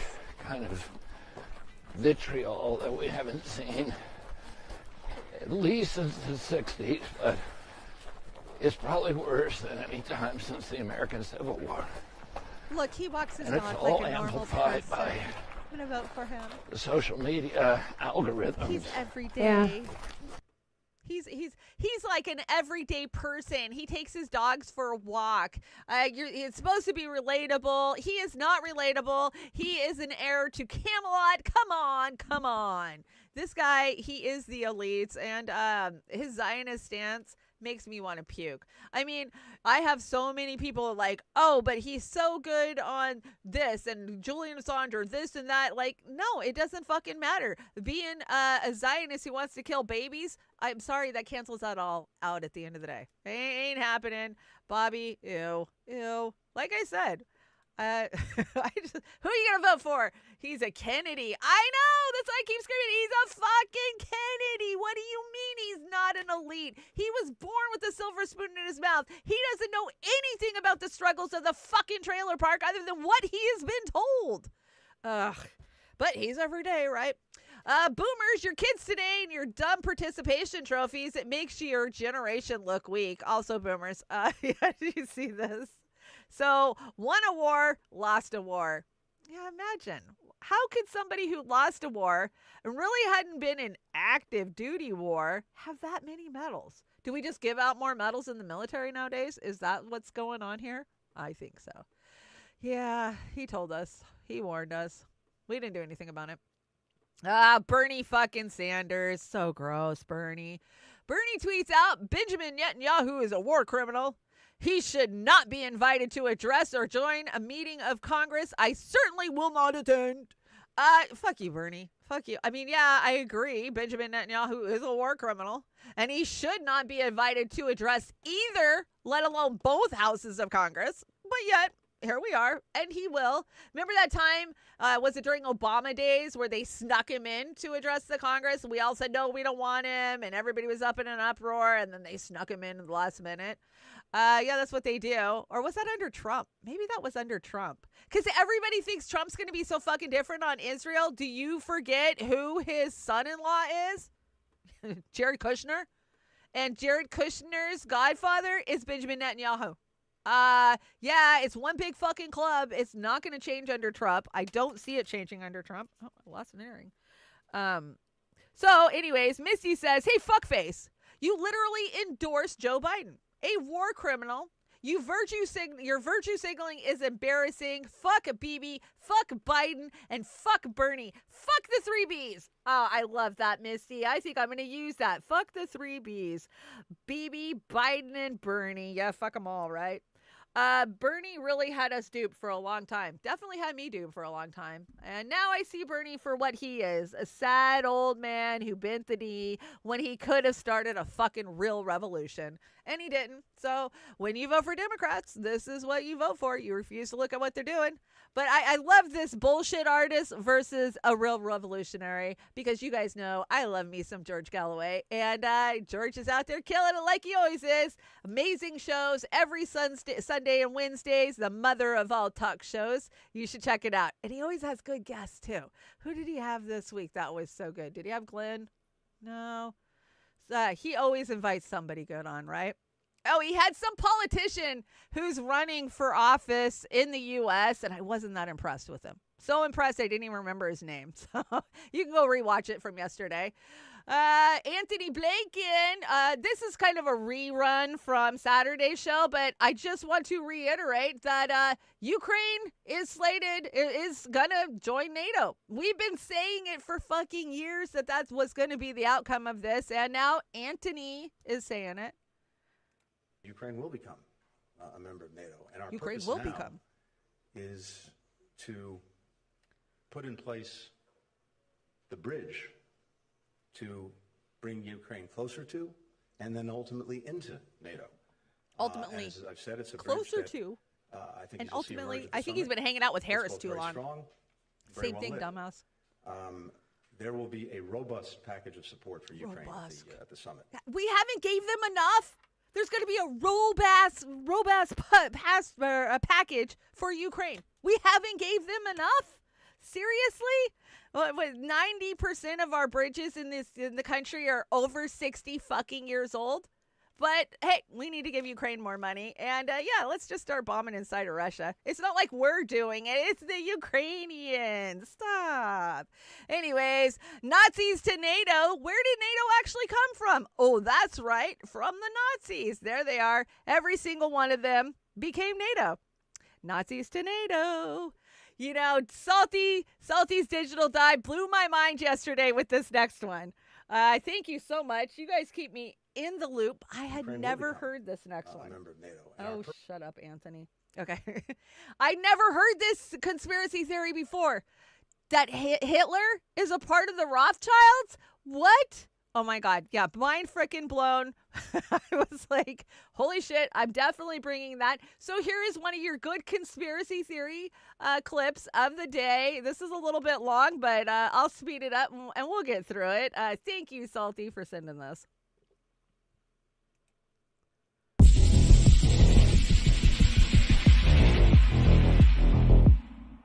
Adolf Hitler's father was Alois Schicklgruber, the bastard child of Maria Schicklgruber, who changed his name to Hitler to hide the fact that he was an illegitimate child. Many historians have claimed that Maria was impregnated by Baron Rothschild when she worked for him. The Rothschilds have been known to breed thousands of illegitimate children under different names to serve the family's agenda. And their name isn't really Rothschild. In the late 18th century, Mayor Amschel Bauer was the private banker for the black nobility through the House of Hesse and changed the family name just before expanding the family business. Rothschild means Red Shield, which was their company logo, a six-pointed star, which has become known as the Star of David. This was not a Jewish symbol. It was introduced by the Rothschilds, who later funded the Zionists. And in 1948, Rothschild influence compelled the State of Israel to adopt the hexagram as their national symbol. In the late 1800s, Cecil Rhodes set up a secret society to preserve the expansion of the British Empire, known as the Milner Group. Their main focus from 1920 to 1930. Okay, hold on. I want to pause that. So Cecil Rhodes, like what they named the Rhodes Scholar after? Is that what I'm right? Because we all know the Rhodes Scholars are the worst, right? At the end of the day. So that's not shocking to me. But what is shocking that Hitler could be related to, he could be a Rothschild? Like, okay, I'll let it play a little bit more. 38 was to maintain the balance of power in Europe by building up Germany and pitting them against France and Russia. They discussed creating a situation that would compel Germany to start a Second World War. During this time, the reparations from the Treaty of Versailles led to hyperinflation in Germany. And in 1930, as the international banking system was collapsing, the Young Plan was enacted, which required Germany to pay about 2 billion Reichsmarks annually, payable through 1988. This scheme was funded by J.P. Morgan, led by the founder of RCA, and directed by members of the Milner Group. It broke the German economy. In 1933, Hitler secured funding from the Bank of England, which was run by the Rothschild banking dynasty. This deal was brokered by John Foster Dulles and Allen Dulles, who later headed the CIA. With initial funding from the Rothschild Bank of England, Germany invaded Poland and received additional funding from the Bush family's Brown Brothers Harriman. The Germans were fueled by Standard Oil and supported by Ford, General Electric, DuPont, and IBM, all of which profited greatly from the war. World War II accomplished the stated goals of the Milner Group. It made the banks and their cronies even richer, and it directly led to the creation of the United Nations and Israel. NATO. Theodor Herzl, the founder of the Zionist movement, was not a religious Jew. Officially, he was an atheist, but more likely, he was an occultist agent of the Rothschilds. He was no fan of the Jews. In his own words, he sympathized with anti-Jewish sentiment. His original plan was to have them all convert to Catholicism, and when that failed, he decided they should be expelled from Europe. In 1933, the Havara Agreement, or Transfer Agreement, was made between Nazi Germany and the Zionists, wherein German Jews would be sent to Palestine. Non-Zionist Jews did not want to leave, and so the Nazis encouraged them through persecution. In 1917, the British government announced its support for the establishment of a national home for the Jewish people in Palestine, known as the Balfour Declaration, and seized control of the land. After the Second World War, with Holocaust propaganda used as the catalyst, this land was gifted to the Zionists from the British, and the State of Israel was officially created. Between 1947 and 1949, the Zionists murdered the locals, destroyed hundreds of villages, and expelled more than 700,000 Palestinians. A savage invasion celebrated every May 15th, known as Nakba Day.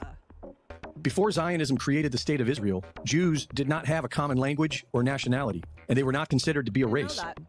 The historical record tells us that the Khazars were known for starting wars through deception, and about 700 years ago, they all converted to Judaism. These are the Ashkenazi Jews, who later became Zionists and persecuted the Sephardic Jews of Palestine. They do not follow the teachings of the Torah. They follow the Talmud, ancient teachings that can be described as anti-Christian or satanic. The motto of Israeli Mossad, by way of deception, thou shalt do war, really sums up the nature of Zionism, which includes evangelical Christians and certain sects of Islam. With 80% of the world being religious, religion is the easiest way to ignite a war, which is what the central banks always want. Reporting for InfoWars, this is Greg Reese. Yes, that was the InfoWars clip. That was the InfoWars. And sometimes InfoWars gets it right. And yes, all of that is verifiable. You can go out there, you can verify it. But a lot of you in the chat have been saying this to me for years. I mean, yeah, we know a lot of that. But some of that, like Catalytic Centaur, you've been screaming at me about some of this for many, many years. I know that. So thank you, Salty. That was good. Speaking of InfoWars, it looks like the federal government is attempting to shut down InfoWars and seize Alex Jones's studio. They are expected to be raided tonight. I don't know if I buy that. This is absolutely unexpected and can't be random that this is happening at this time. This is an emergency. Even Alex Jones, if you go look, he's like, he doesn't know. Yes, they said they want to come in and seize his shit. Remember, they were going to seize his cat. Like, we're taking your cat. But even Alex is like, well, I don't know if they're coming, right? But now would be a good time to shut Alex up, right? Because of the Trump verdict and the reach that Alex has within the mega community. I could see them coming and trying to shut him down. But you know what? I think that Alex is so big. It'll be like,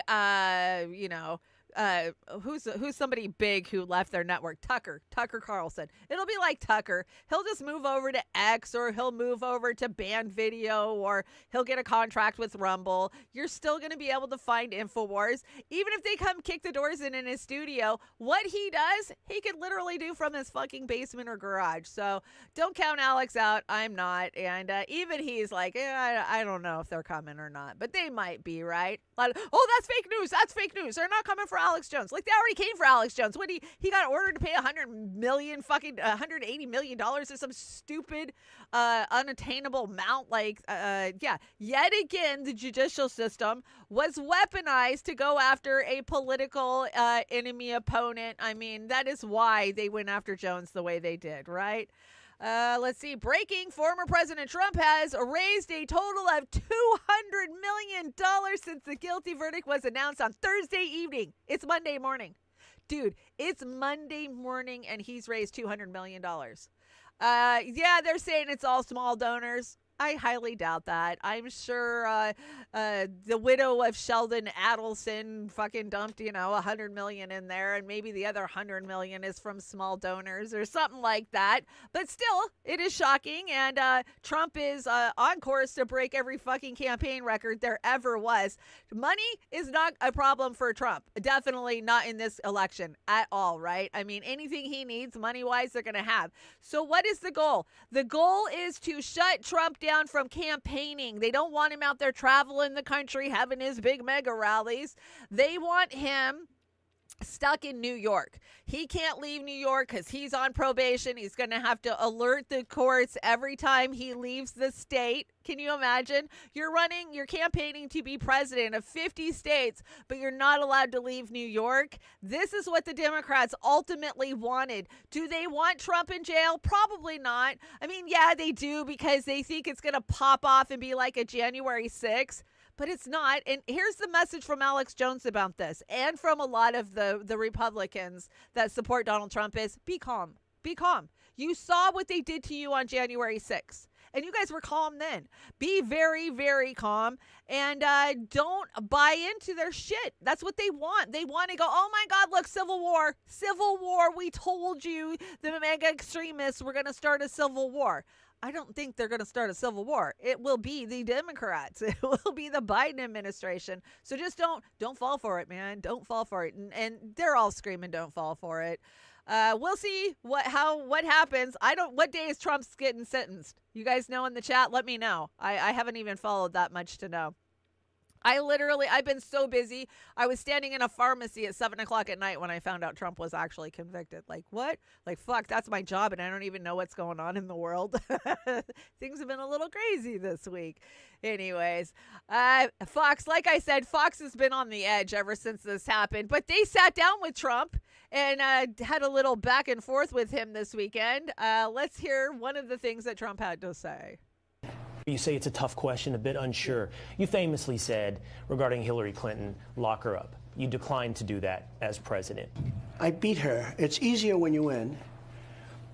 And they all said lock her up. And I felt, and I could have done it, but I felt it would have been a terrible thing. And then this happened to me. And so I may feel differently about it. I can't tell you, I'm not sure I can answer the question.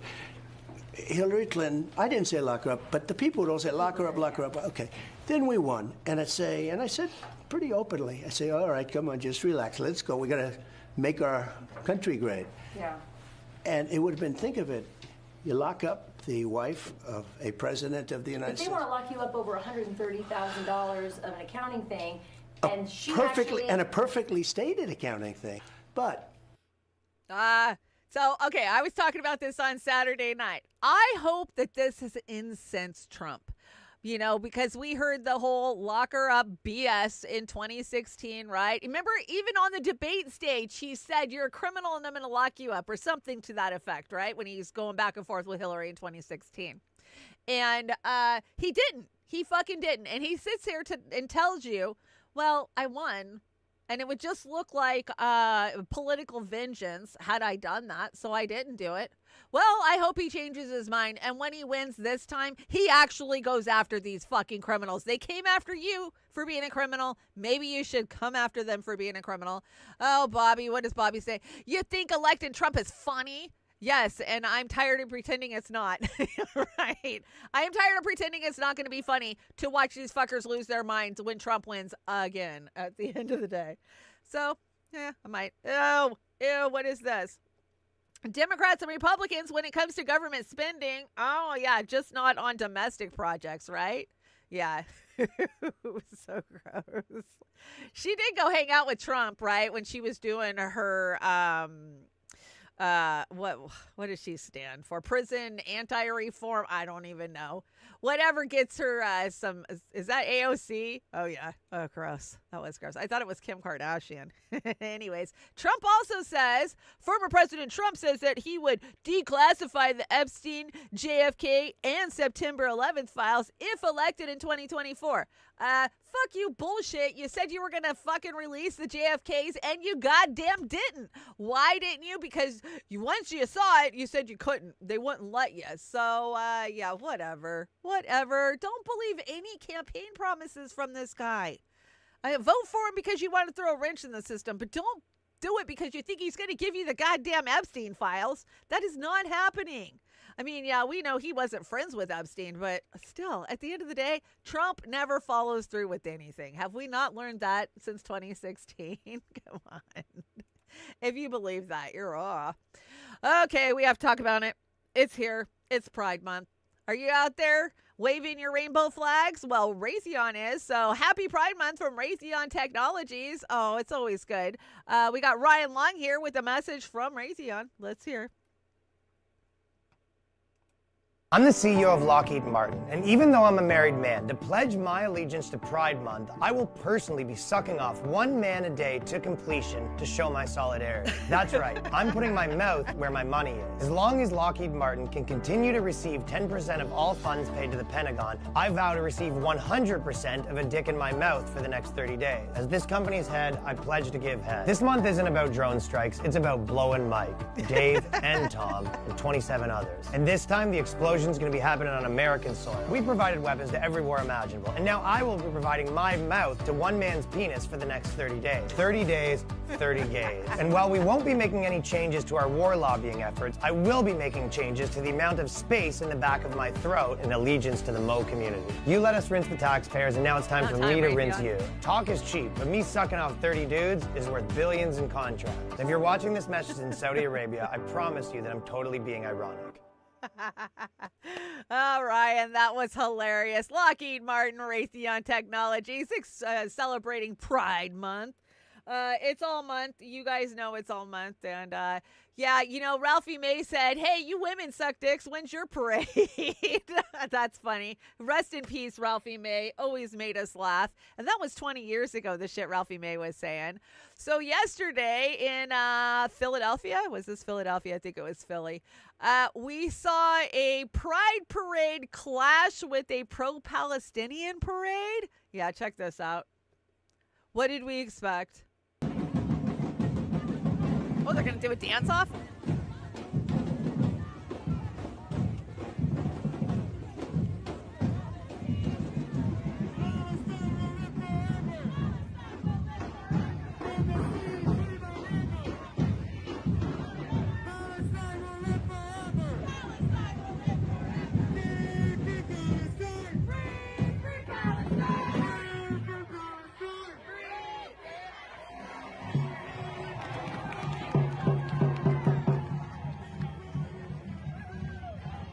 Nice gimp suit, dude. What the hell?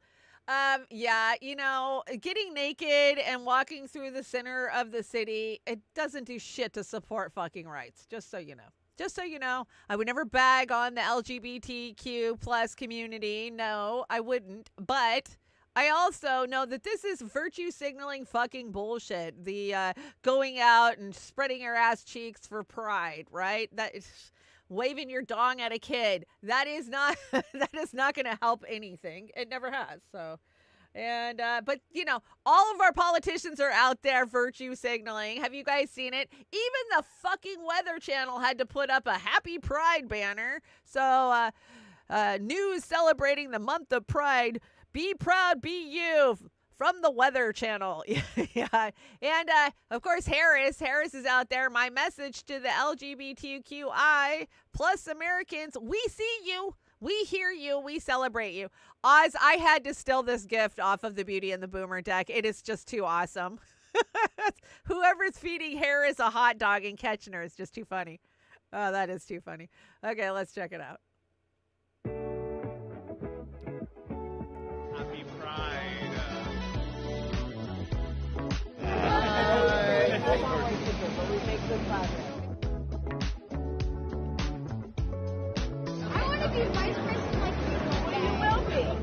You just got to get some knee pads, honey. I want to be like you when I grow up. I'm going to be the vice president. She goes, you will be. She gave the commencement speech at the Air Force graduation ceremony this week. So gross. So gross. I couldn't even bother to bring it to you guys because I was just like, that's just wrong. I'm not even bringing that. Anyways, this is what the United States looks like all over our fine country this month. And yeah, right there. There you go. Equal rights. Except natural self. Except your natural self. Okay, well, yeah. Getting naked in front of kids. That's how we get rights. Put it in your butt. Yeah, exactly. Put it in your butt. So gross. So anyways, I'm over Pride Month. I think you guys are over Pride Month. I think that we have been virtue signaled to fucking death by these corporations and the politicians that they own. And anymore, it undermines a movement to have politicians and corporations out there fucking supporting this shit. So yeah, the pendulum's swinging back, and we knew it would be, right? I called it 3 years ago. 2 years ago. Like, you know, the pendulum's going to swing back hard, and we see that happening.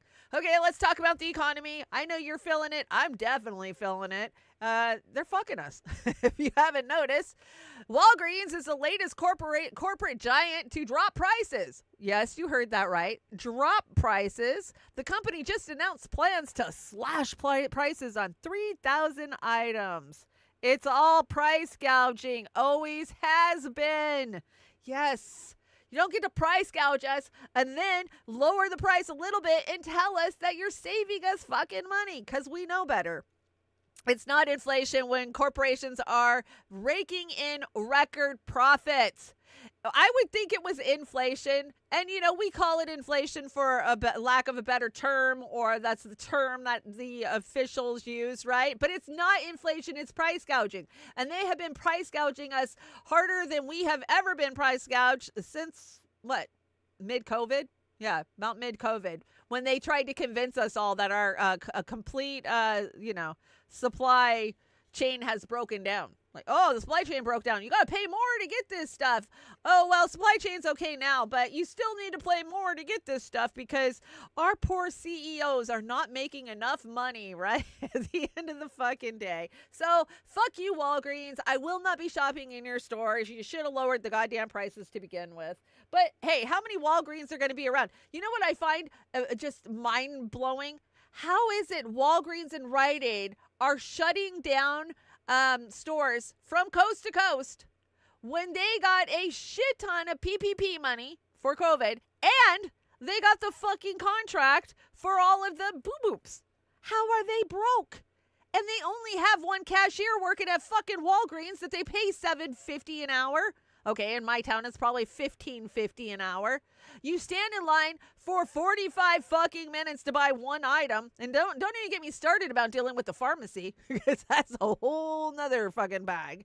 I don't understand it. All that money is going to the CEOs. So they decided they could drop prices a little bit, you know, not go buy that island in the Bahamas this year. I guess I'll wait till next year. Price gouging is the reason. So the average house price by state, have you seen this? What is your average house price? Mine's is $646K. I got to have $646K to be able to afford a fucking house in Washington State. Yeah, you will own nothing and you will be happy. No, I will own nothing and I will be very unfucking happy about it. My parents owned their houses, my grandparents, my great-grandparents, but me and my kids were not allowed to have that sense of security in our fucking lives. No, you have to live month to month under a corporation who's going to suck you for money every single month and raise the price every single year like they always do. Scumlords. Look at Florida, $505K. Wow. You got to have $500,000 fucking dollars to buy an average house? And when you say average, right? What is that? A 3-bedroom Rambler, 2-bath? Maybe on a little under an acre of land. You're good if you got 3/4 of an acre and a Rambler, right? That you're paying $500,000 for. That the bank still owns at the end of the day if you don't pay your taxes. Do you ever really own your house? No. Especially when they can come take it whenever they want. So let's hear about some of these, we're seeing more and more of these videos where people are just like, I'm not making it. I can't make it. I don't know what the future looks like. Everybody goes, oh, it's the dumb kids. They're lazy. The Gen Zers are lazy, right? They don't want to have to get up and go to work to buy a house. Even if they worked 24 hours a fucking day, they couldn't afford to buy a house the same way their parents did. So let's hear from them. You know what needs to be talked about more is how hard it is to get up and go to your job when you are awake. When you see through this whole system and you know how everything operates and you know why it operates and you know who benefits from the entire system. When you know all of that and you see through it, it is so difficult to get up and go to your normal routine job and pretend like everything's fine, to pay your car registration, to pay your taxes, to participate in society like a normal person without saying anything, without talking to anybody because you're going to be labeled as crazy. It's really, you're crazy conspiracy really theorist. Exhausting. It is because exhausting. Money is printed out of thin air. Yep. And we know why wars are started. We know who benefits from them. And knowing all of that, yet we still have to wake up and pretend and go to work and clock in and do our job like we don't know this whole entire other world that is going on. Exactly. It's so hard. It is so hard to be like, okay, well, I'm just going to suck it up. I know that the tax dollars they're going to take from me are going to bomb brown children in Gaza, but, I'm going to get up and go to work today for the government so that way they have the money they fucking need, because I'm not going to have the money I need to do the most basic things like fix my car, put gas in my car so I can drive to work, buy food, pay the power Nazi so I can keep my air conditioner running, those things. At the end of the day, we know we can't. The new $1 bill is the $20 bill. It does feel like it, right?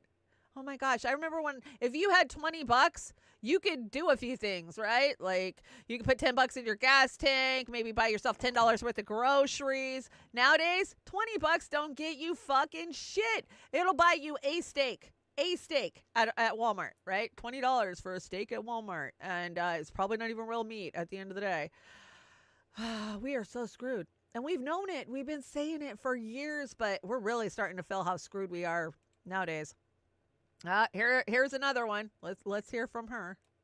Something that I don't talk about very much on here is just how lonely and isolating it can be being on the right side of history. The more radical my political views become, the lonelier it is. It's wild to me that it's considered a radical belief that everyone should deserve food and water and shelter and safety. At work, people just chit-chat and make small talk, and I'm always the big bummer because I bring up things and people think I'm a downer. I truly, at my core, want nothing but the best for people. Like, I want to live in a world where we all live in community and care for each other. It honestly feels like people out there in the real world are just fucking drones. They just walk around and they talk about reality television and the weather, and nobody gives a shit about what's going on in the world, and nobody wants to try to make it better.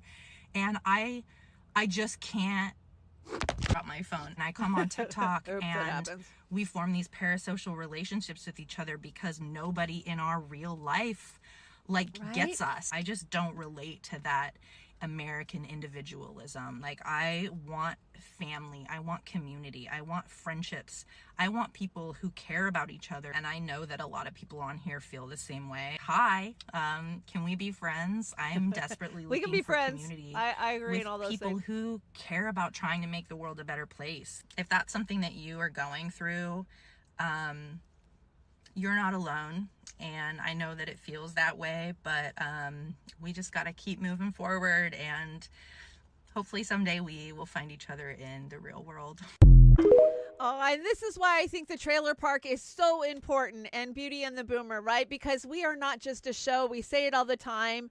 We are a community. And why is that? Because we need a sense of community when in our everyday lives, the people around us, our family members, our coworkers, they don't know the reality. And you try to teach them, you try to tell them, you try to lead them to accurate sources of news and information, and you get ridiculed and you get laughed at outside, and yeah, you're on an island. You're all alone, but we're not alone in the trailer park because every Monday morning we come together and we are together. So sense of community. But yeah, it's tough. It's tough out here being somebody who understands what's going on in the world. And I know you guys know it, right? Because like I always say, our chat are the most informed, well-informed chats on the fucking internet. You guys got a grasp on what's going on in the world. And it's not just from watching my show. It's from the community and the network that we've built over the years, right?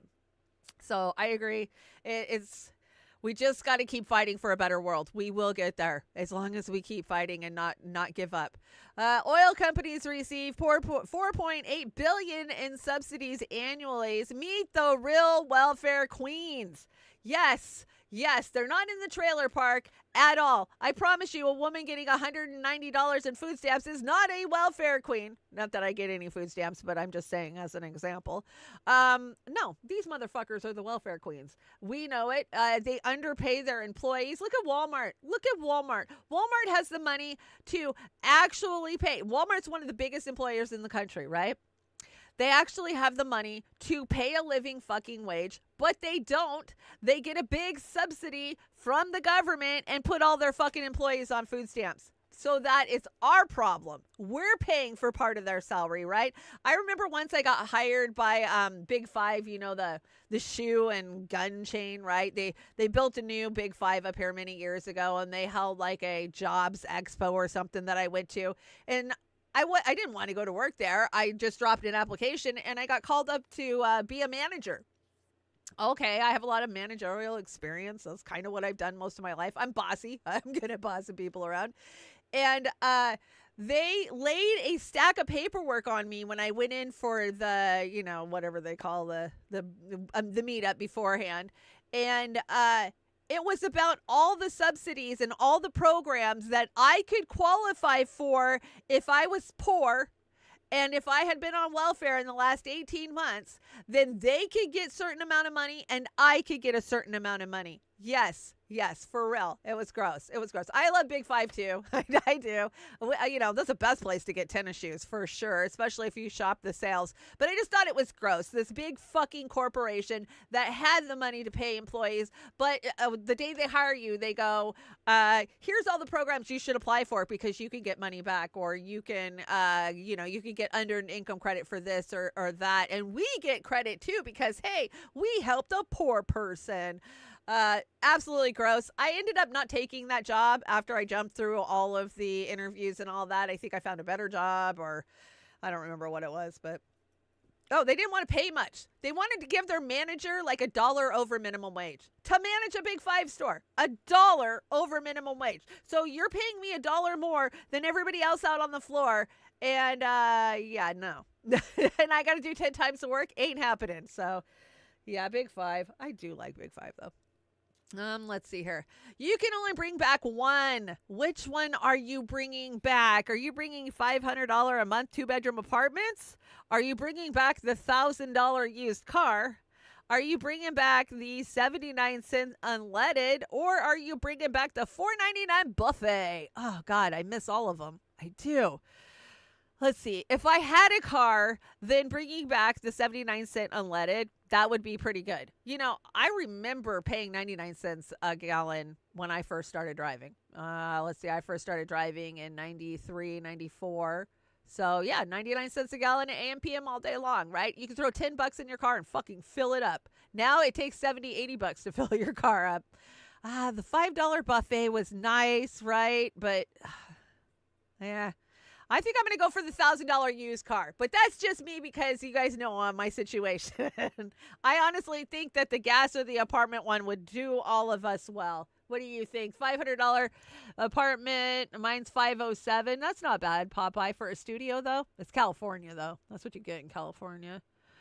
Kate, $500. My apartment was $325. My first apartment was $420 a month.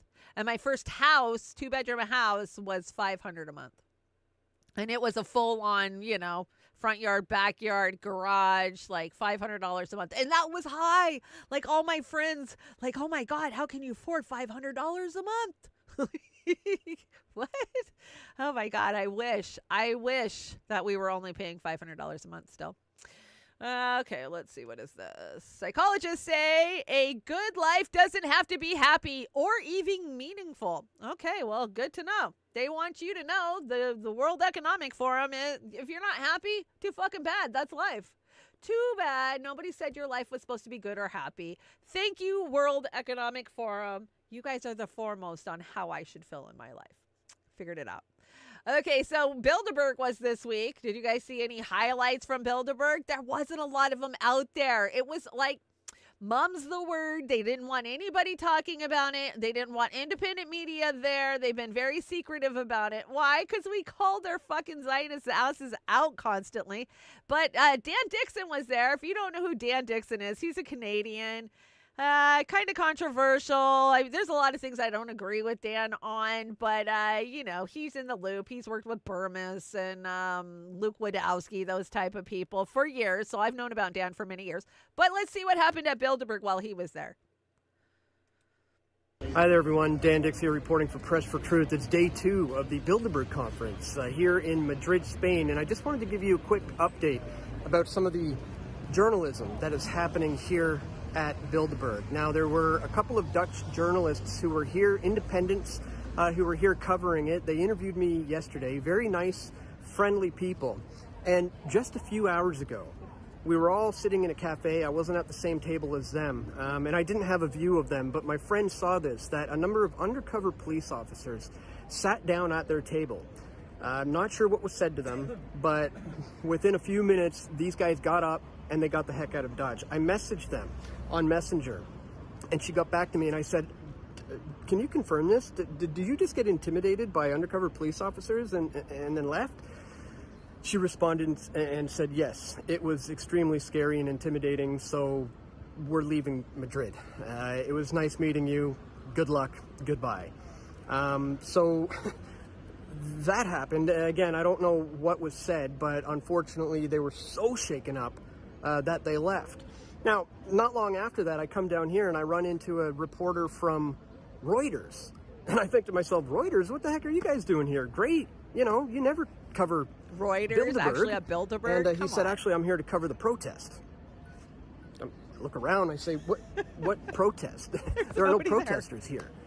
Why don't you cover what's going on in there? Forget about this protest angle. He was here for about 5 minutes, and he hailed a cab and was out of here. Once he realized there was no protest angle, he probably looking for footage of people shouting at the building or something. Yeah. So I said to the guy, you'd be better off reporting on the people who are meeting in here and what they're doing than on this protest angle on the outside. And while all this is going on, you've got about a dozen reporters in there. Everyone from like Politico, The Atlantic, the Financial Times, The Economist, on and on and on. Wall on Street the Journal, inside, probably. reporting under Chatham rules, which means they are sworn to very strict secrecy. So that's the state of journalism here at Bilderberg right now, guys. Journalists have been sworn Pretty to darn secrecy ridiculous. for Bilderberg. Yes, you heard that right. They're not going to report any truths because those are their masters and overlords. That's who they fucking have to bend the knee to. And so, of course, they're not going to tell you what they're talking about in Bilderberg.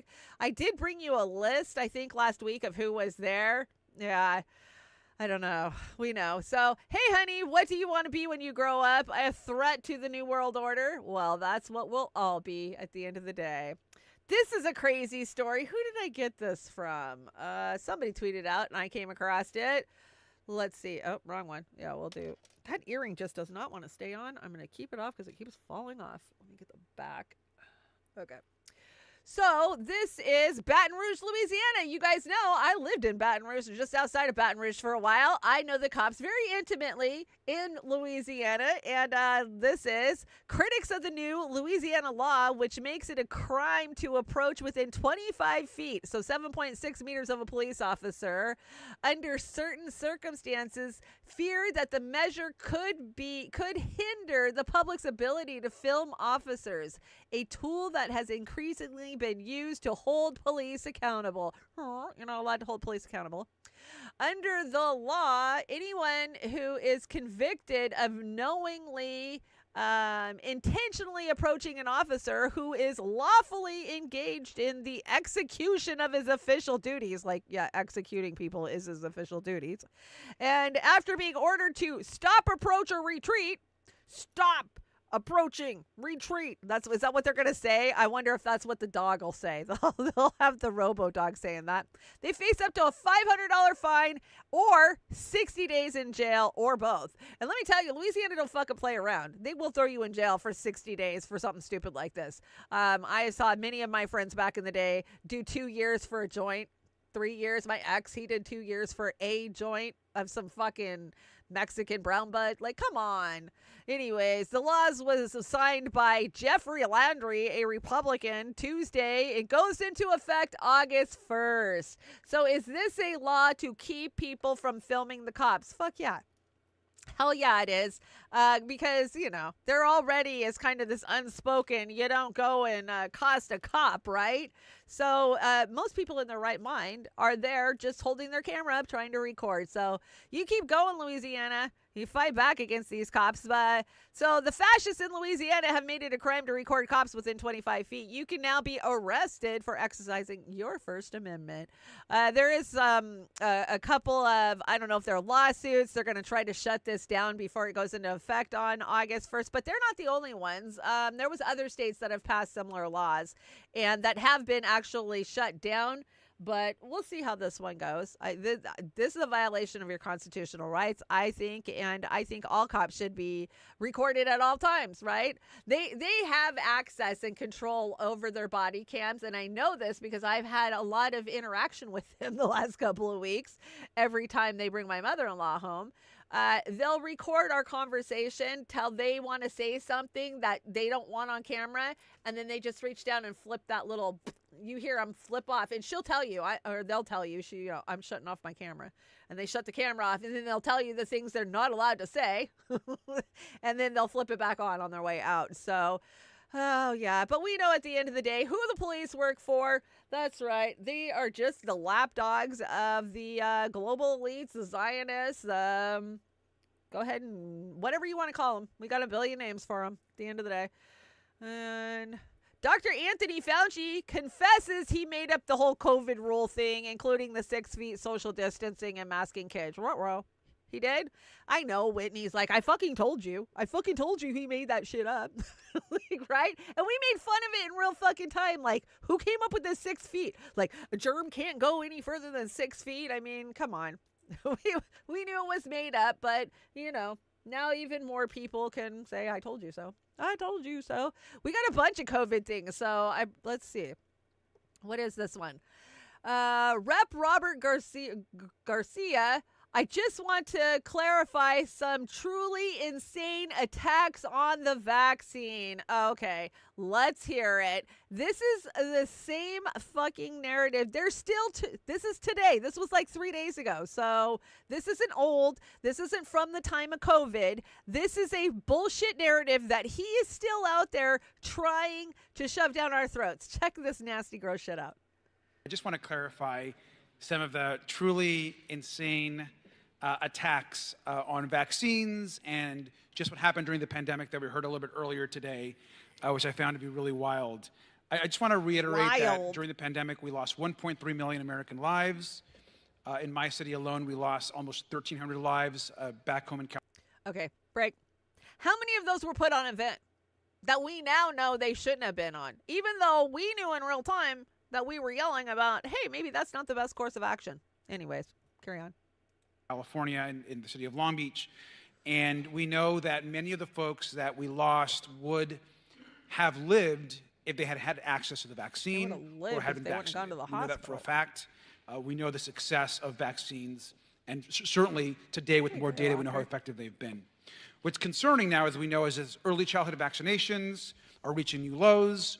We're having other diseases come forward, like measles and other diseases that we are now not addressing because all of this vaccine denial that is happening, oh my God. Unfortunately, not just across this country, but also here in Congress and in this chamber.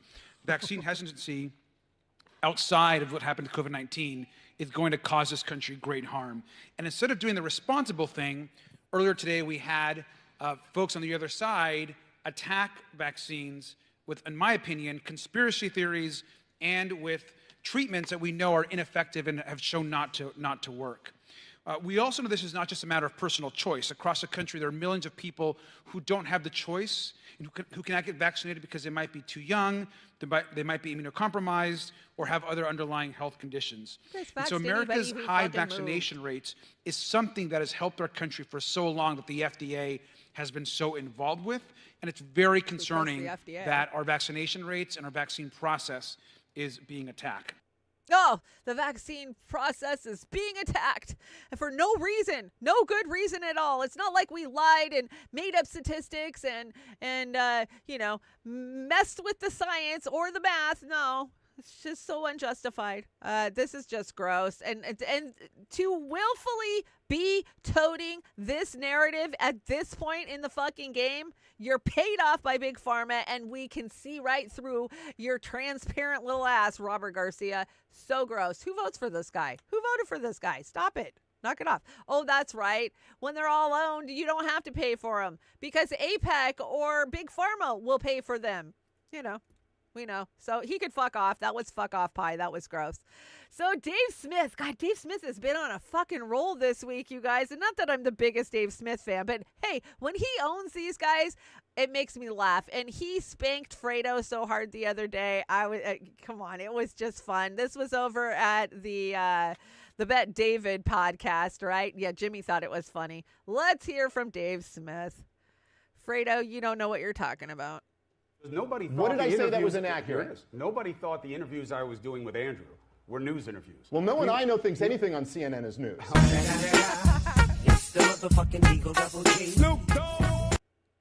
Yeah, that was a good own, right? Nobody who watches CNN thinks it's actually news. Come on. Who told you that? Yeah. Fredo, he's been out there trying to pretend like he was right on board with all of us during, pushing back on the COVID narrative. I'm trying to be careful because we are on YouTube and they still spank you on YouTube for this. Did you know that? There's two things they will spank you on YouTube for every time. You can't talk about our elections unless you're praising them. And you don't talk about the or what they did to us under COVID, right? So Fredo's out there telling everybody that he's on the horse dewormer, right? I think we had a joint vote, and he's not allowed to take our horse dewormer. No. If you made fun of it 3 years ago, 2 years ago, you're not allowed to have it now at the end of the day. Oh, let's see. What other news? Vax deaths recorded as unvaxxed to make COVID, appear safe. Official data shows. The official government data shows. YouTube, it's official government data. That's all I'm talking about. I'm not speculating. I'm just telling you what I see. Official data says that. That's funny because we've been saying that all along. We said that every bit of the way. I mean, I look back and I've talked to people. I'm so fucking proud of Roar Media and where we were when we were there. I mean, we came out of the gate strong. We knew what we were talking about because we had looked at the science, because we have brainiacs like Miss Amber King who go and look at patent law all night long and brought us the truth about gain of function, That's why we were ahead of the curve, and I'm so thankful we were. But, yeah, we told you guys this. So what's the plan? Simply, you delete the post, and I'll delete the people. Oh, yeah, Zuckerberg and Gates got together for Zucky's birthday last week, right? Zuckerberg had a birthday last week. Oh, I got this one from Matt Orfla. Yeah, N1H1, be scared, guys. Bird flu's out there, right? Let's see. They've already 4.2 million chickens will be slaughtered on an Iowa farm after an outbreak of the bird flu. Yes, the bird flu. Be scared. Everything is a scam, folks. Everything. I'm not going to say that, but you can figure it out. So 1977, N1H1 was accidentally released. No, don't know about it. We don't want you to see what happened again. Let's see what do they have to say. Look at how young Fauci is in this video. Good find, Matt. 1977 H1N1 was an accidental release, no doubt about it. We don't want to see that happen again with a virus like this. What we're trying to do is come to the middle. How to do this research safely, how to do it in a way that furthers all the points we've just talked about, and at the same time, make sure that we don't create our own problems here. And that's why I think we're asking for this pause to think about this and to move forward in a This was in positive, 2012. proactive Remember way. when they paused gain of function? Do you guys remember this? I totally do. But did you see Fauci's face? Like, you shouldn't have said that. Like, you told them the truth. Yeah, N1H1, we created it. Homegrown. Are we shocked? Fuck no, we're not shocked. I would say probably 99% of the shit that we deal with is probably created. And at the end of the day, they're creating even more. I do not count out another rising pandemic on my bingo card for the upcoming election. I just don't. There sure is a lot of fear mongering out there. They want you to be scared that these are jumping species. Like, I see the fear mongering out there, and I'm sure they'll get people to buy into it. They always do, and they always will. So we'll just see how it turns out. We'll keep an eye on it. I don't know anything more to do. Do you guys remember when there was a volcano that was erupting and they only rescued people that were vaccinated off the island? I didn't see this in real time, and this is like 2 years old. Like, what? I report on everything. How did I miss this? I don't know, but check this out. After the first volcanic eruption there in more than 40 years, the volcano sent a thick cloud of smoke 20,000 feet into the sky, spewing ash for miles. Cruise ships are evacuating people from the island, but only those vaccinated against COVID. Only if you're vaccinated are you allowed to escape a volcanic mountain blowing ass at you. Yeah, that, but this is conspiracy theory. That never actually happened. They didn't do that, right? Yeah, they did actually do that. And the winter of unvaxxed deaths kind of came and went. I missed out, apparently. Did you miss out? I think we all missed out. So I got this from Ryan Christian over at the Last American Vagabond. The Mayo Clinic rejected his mom's lung transplant due to a lack of full COVID vaccination. Ryan Christian, the Last American Vagabond, says, how is this still happening? How is this still happening? Yeah. Remember, only you can go fuck yourself. Exactly. Tell us all about it, Smokey. Can you believe this shit is still happening? It's still happening. Even though they pulled one of those mandates and we're not allowed to talk about it. It was mandated, but yeah, there you are. I don't expect anything less from this broken healthcare system that we have, and it is absolutely broken into 100 goddamn pieces. Oh, Kate, I brought this one for you. I thought I'd give you an update on what Justin Trudeau has to say about all of this. Let's see. What do you got to say, Justin? I'll never forget how I felt back in December of 2020 when I heard that the first shipment of COVID-19 vaccines had landed in Canada. We were able to procure enough shots for Canadians to get vaccinated, but at the same time, we really should be developing and manufacturing our own supply for Canadians. Now, you probably know that insulin was invented here in Canada. Well, I'm at the Sanofi manufacturing site in North York, Ontario, and it was on this site that insulin was first mass-produced for Canada and overpriced. With our investment, Sanofi is creating the largest biomanufacturing facility in Canada right here. This facility means that Sanofi can produce a lot more life-saving vaccines like flu and booster shots faster. And it means they can scale up research and development of new shots because we want the next vaccine the world will need to be produced right here in Canada. Oh, Canada, you're getting gain of function too. Lucky you, right? Mr. Worthless Eater over on the Rumble says, no, I didn't know about them throwing the unvaxxed into volcanoes, but I'm not surprised. They did everything other terrible thing they could. Yes, you are so right. I didn't know they were throwing them in volcanoes either. Canada, I'm so proud of you. You're growing up, getting your own gain of function. Look at you. You're almost like a mini U.S. Oh, wait, you are. Okay, so this one's shocking. What has changed in the last 30 years? Disease or disorder? So, okay, I've been having to do a lot of research on, dementia, Alzheimer's, sundowners, aphasia. They all kind of go together, but these are diseases that we see posed in the elderly, right? Well, they're on the rise. Everything's on the rise. So ADHD 819% rise increase since 1990. Now, granted, a lot of these, we didn't know what they were, say, 30 years ago. Maybe we didn't have a name to them. Maybe they got classified into something else, right? So that would reflect why the numbers are so high, but not all of these. So Alzheimer's up 299%, almost 300% in the last 30 years. Autism is up 2,100% almost. Bipolar in youth, 10,000. Now, these are just the diagnosis is why, we didn't used to diagnose the youth with bipolar when they were kids, right? That's new. Let's see. Chronic fatigue, 11,000%. Chronic fatigue syndrome is up 11,000%. Now, they tried to say that chronic fatigue syndrome was coming from, what is that? Not fibromyalgia. What's the one where you get the tick? Lyme's disease. They were trying to say that Lyme's disease was right there with the chronic fatigue. So half the cases that were called Lyme's disease, they were calling chronic fatigue syndrome instead. They kind of went interchangeable. Depression's only up 280%. That doesn't seem right. Everything else is up 10,000%, 11,000%, 7,000%, but depression's only up 300%. That doesn't make any sense to me. Diabetes, 305%. Fibromyalgia. Yeah, with the fibromyalgia, I think that one definitely is a case of more cases being diagnosed, right? Hyperthyroidism, 700%. Lupus. I knew somebody with lupus. What a terrible disease. Sleep apnea. Everybody I know has sleep apnea now. Come on.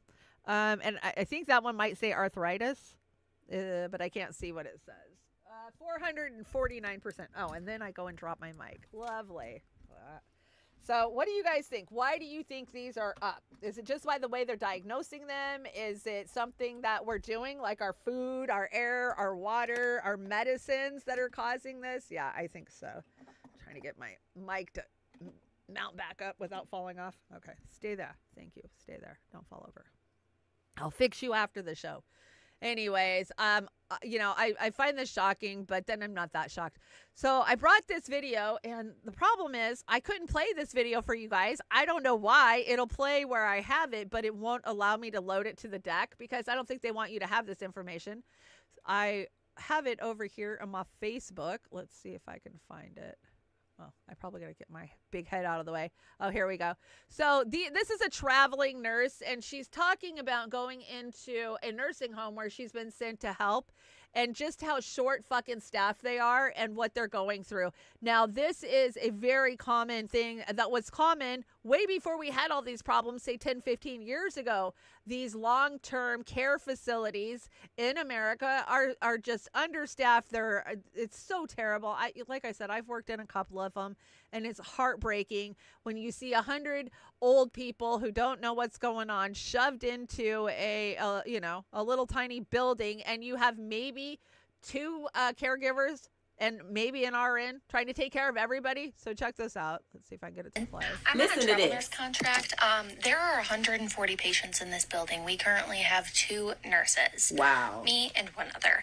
I just had to pass meds for all of my people, as well as one of the halls for the other nurses because she refused to do it. She just didn't want to. So she was like, I'm too busy, which I will say, the hall that she was passing meds on is very heavy, so, I will give her that. But, okay. And then, watch this. One of the CNAs just walked out. She's like, screw this. I'm having an awful day. It's been an awful day. I had a bad night last night. I'm pissed off. If I stay, I'm going to end up screaming at one of you guys, and I just don't want to do that, and whatever. So she left. Terrible. And now we're short-staffed. We were already short-staffed because somebody else got here. On a travel assignment. The shift was starting, and she was just throwing up, and she had to leave. Why did you come? Why'd you come if you were throwing up? It's okay. What would you do? You get pissed. Listen to this. Contract. There are 140 patients in this building. Okay. So what she's basically explaining, and when she says a hall, right, you'll have a hall with probably 30 patients down that hall. And if you're a caregiver, a CNA, an MA, whoever, whatever age you are, you get assigned to a hallway. And sometimes most of the staterooms are 2 patients per room. If you have money and you can afford, to pay $7,000, $10,000 a month, your family can, then you might get a single room. So you're looking at, 30 patients. Let's say 10 of them are in sundowners, which means they don't, you're trying to have a conversation with them. They don't know where they are. They're some of them are rambunctious. Some of them are agitated and angry. Some of them need physically cleaned up.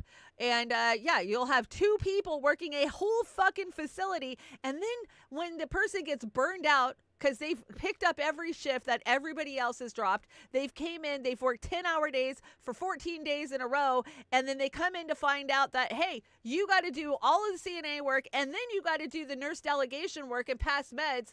They just throw their hands in the air and they go, they fucking quit. I know I've done it many times, but here's my thing. With what you guys just saw, with the increase of these numbers, how the hell, these numbers right here, are we supposed to deal with an aging boomer population? How are we supposed to do this? As the Gen Xers that are going to have to take care of these goddamn boomers, how are we supposed to do it? We have no help. We have a broken Medicare system, a broken healthcare system. My 82-year-old mother-in-law, they're not paying for her meds right now. She's 82 years old. What do you mean we're paying hundreds out of pockets for her meds?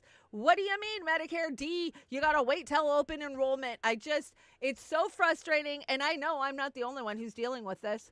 That with the boomer population aging out, there's going to be many, many more of us that are having to, lose our fucking minds to deal with this healthcare system. It is so, so broken. And any of you who've dealt with a loved one or even yourself in the healthcare system now, you know how broken it is. I don't know what we're going to do. It's just not sustaining. It's not sustainable. It's not working. And I don't know what we're going to do. Where are we supposed to put our aging parents? If we can't afford nursing homes and there's a 3-year fucking waiting list for long-term care, what are we supposed to do? How am I supposed to be home, take care of somebody full fucking time, and work full time? How am I supposed to do that? How is anybody supposed to do that? But that's what they expect us to do. It's so bad. It's very sad, too. It's very sad. Let's see. Chinese scientists develop a cure for diabetes. Insulin patients becomes medicine-free in just 3 months. Ruh-roh. Eli Lilly is not going to like that. China's diabetes cure won't be available in America because disease cures do not fit the for-profit healthcare model. 100%, right? 100%. Doesn't fit, so we're not going to cure your diabetes, even though we might be able to. No, we are not. You are not getting that. And you're lucky if you're going to get your insulin. Our healthcare system is so broken. It's so, I live with a diabetic who has to take, probably $2,000 worth of meds a month, insulin-wise. And when you don't have it, what happens? Well, you just die and go blind and lose your legs and have a heart attack. And that's our healthcare system. I know, Prince, exactly why the doves cry. It is. But good on China, right? I mean, we shouldn't even be paying for insulin. The guy who invented insulin gave it to us for free. But then it got co-opted and sold back to us. So, I don't know. Maybe if you go to China, you can get cured for your diabetes. We shall see. And, this one. They can grow your teeth back now. Did you see this? Have you guys seen this? Yes, a new drug will regenerate tooth growth. Oh my gosh, I so want this, right? I think a lot of us want this. Let's hear about it. So I don't know if you guys have seen this in the news, but I just did a little research on it, and y'all, there is a new drug to regenerate lost teeth. Literally every toothless person's dream. So there's a research team in Japan that is going through all the trials and researching this medication that may allow people to grow new teeth. And they're going to set clinical trials on humans in July of 2024. They're hoping to have this ready in 2030, which is a few years away, obviously, but if they can make this happen, what? So the guy working on this is Katsu Takahashi. He is the lead researcher and head of the Dentistry and Oral Surgery Department at the Medical Research Institute of Kitano Hospital in the city of Osaka.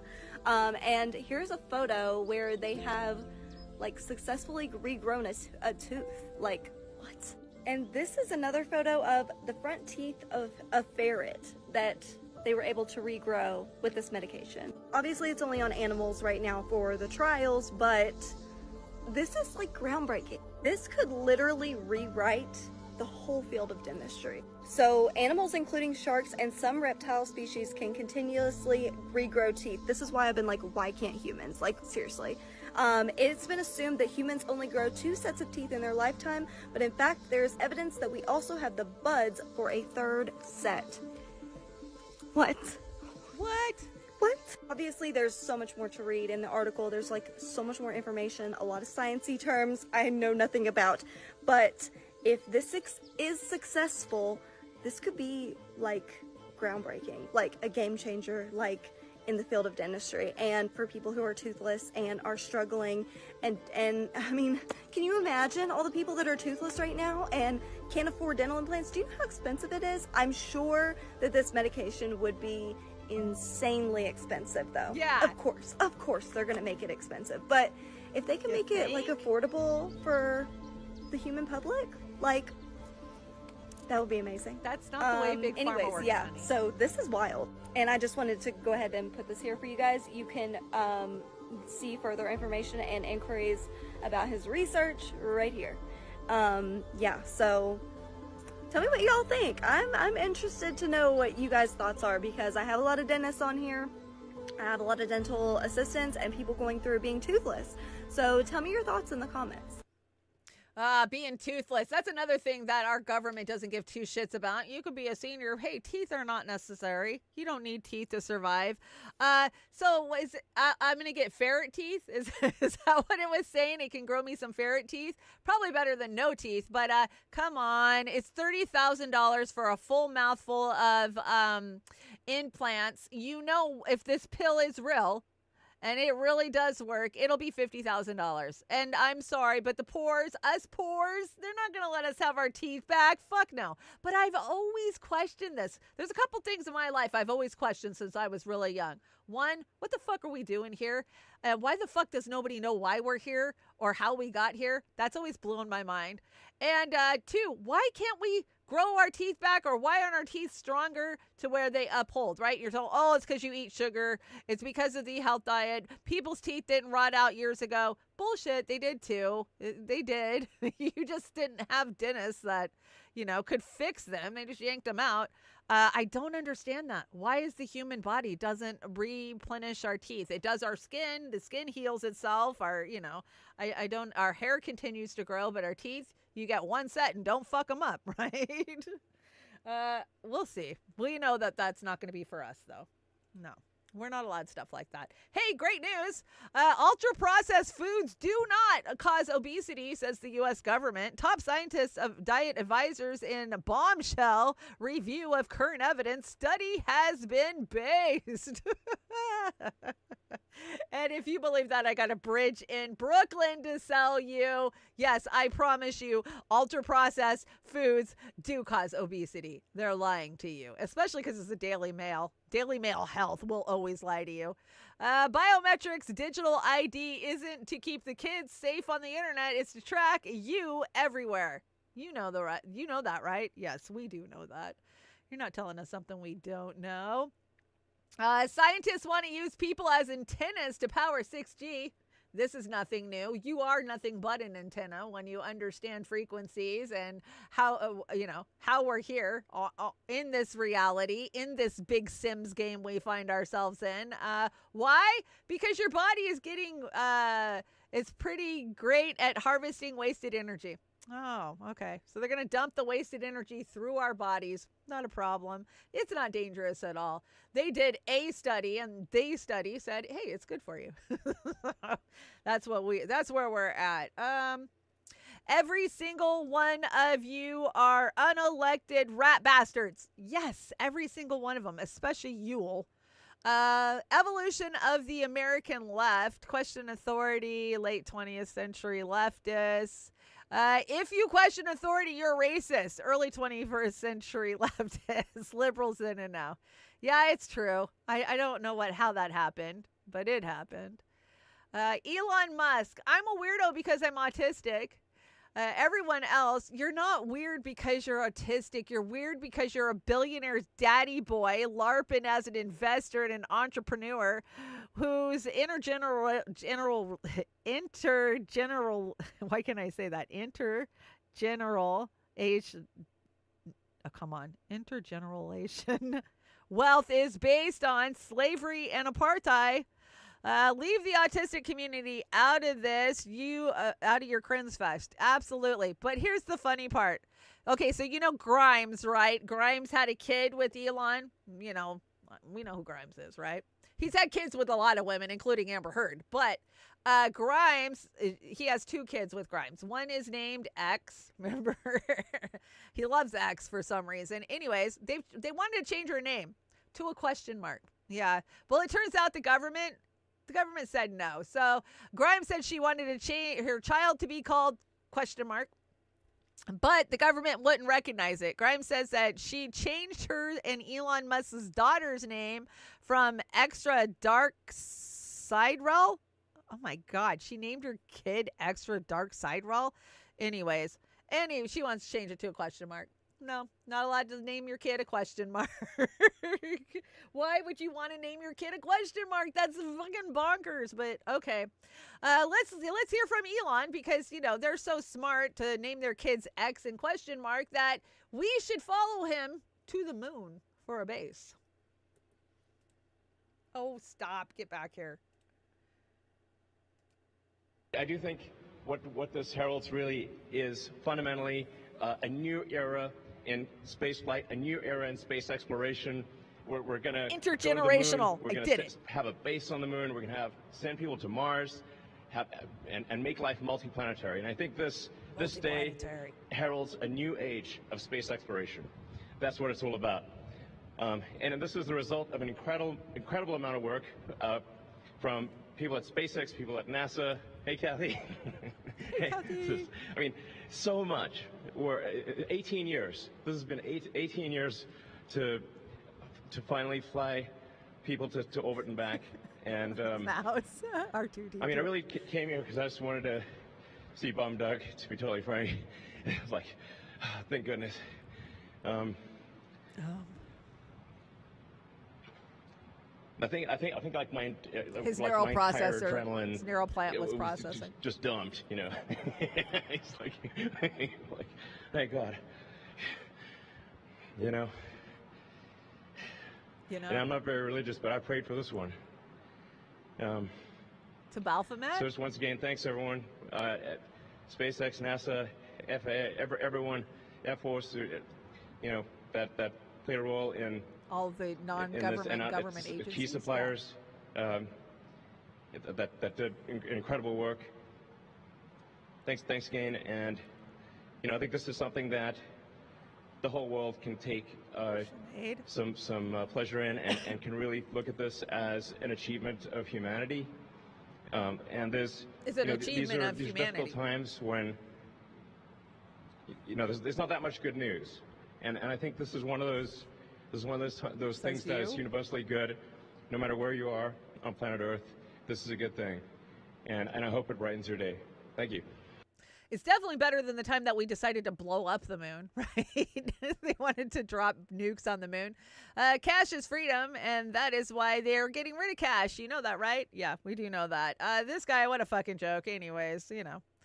He's DARPA's golden boy, and the only reason he is rich is because of intergenerational wealth. See, I told you I could say it. Sometimes on Monday morning, brain just doesn't fire right.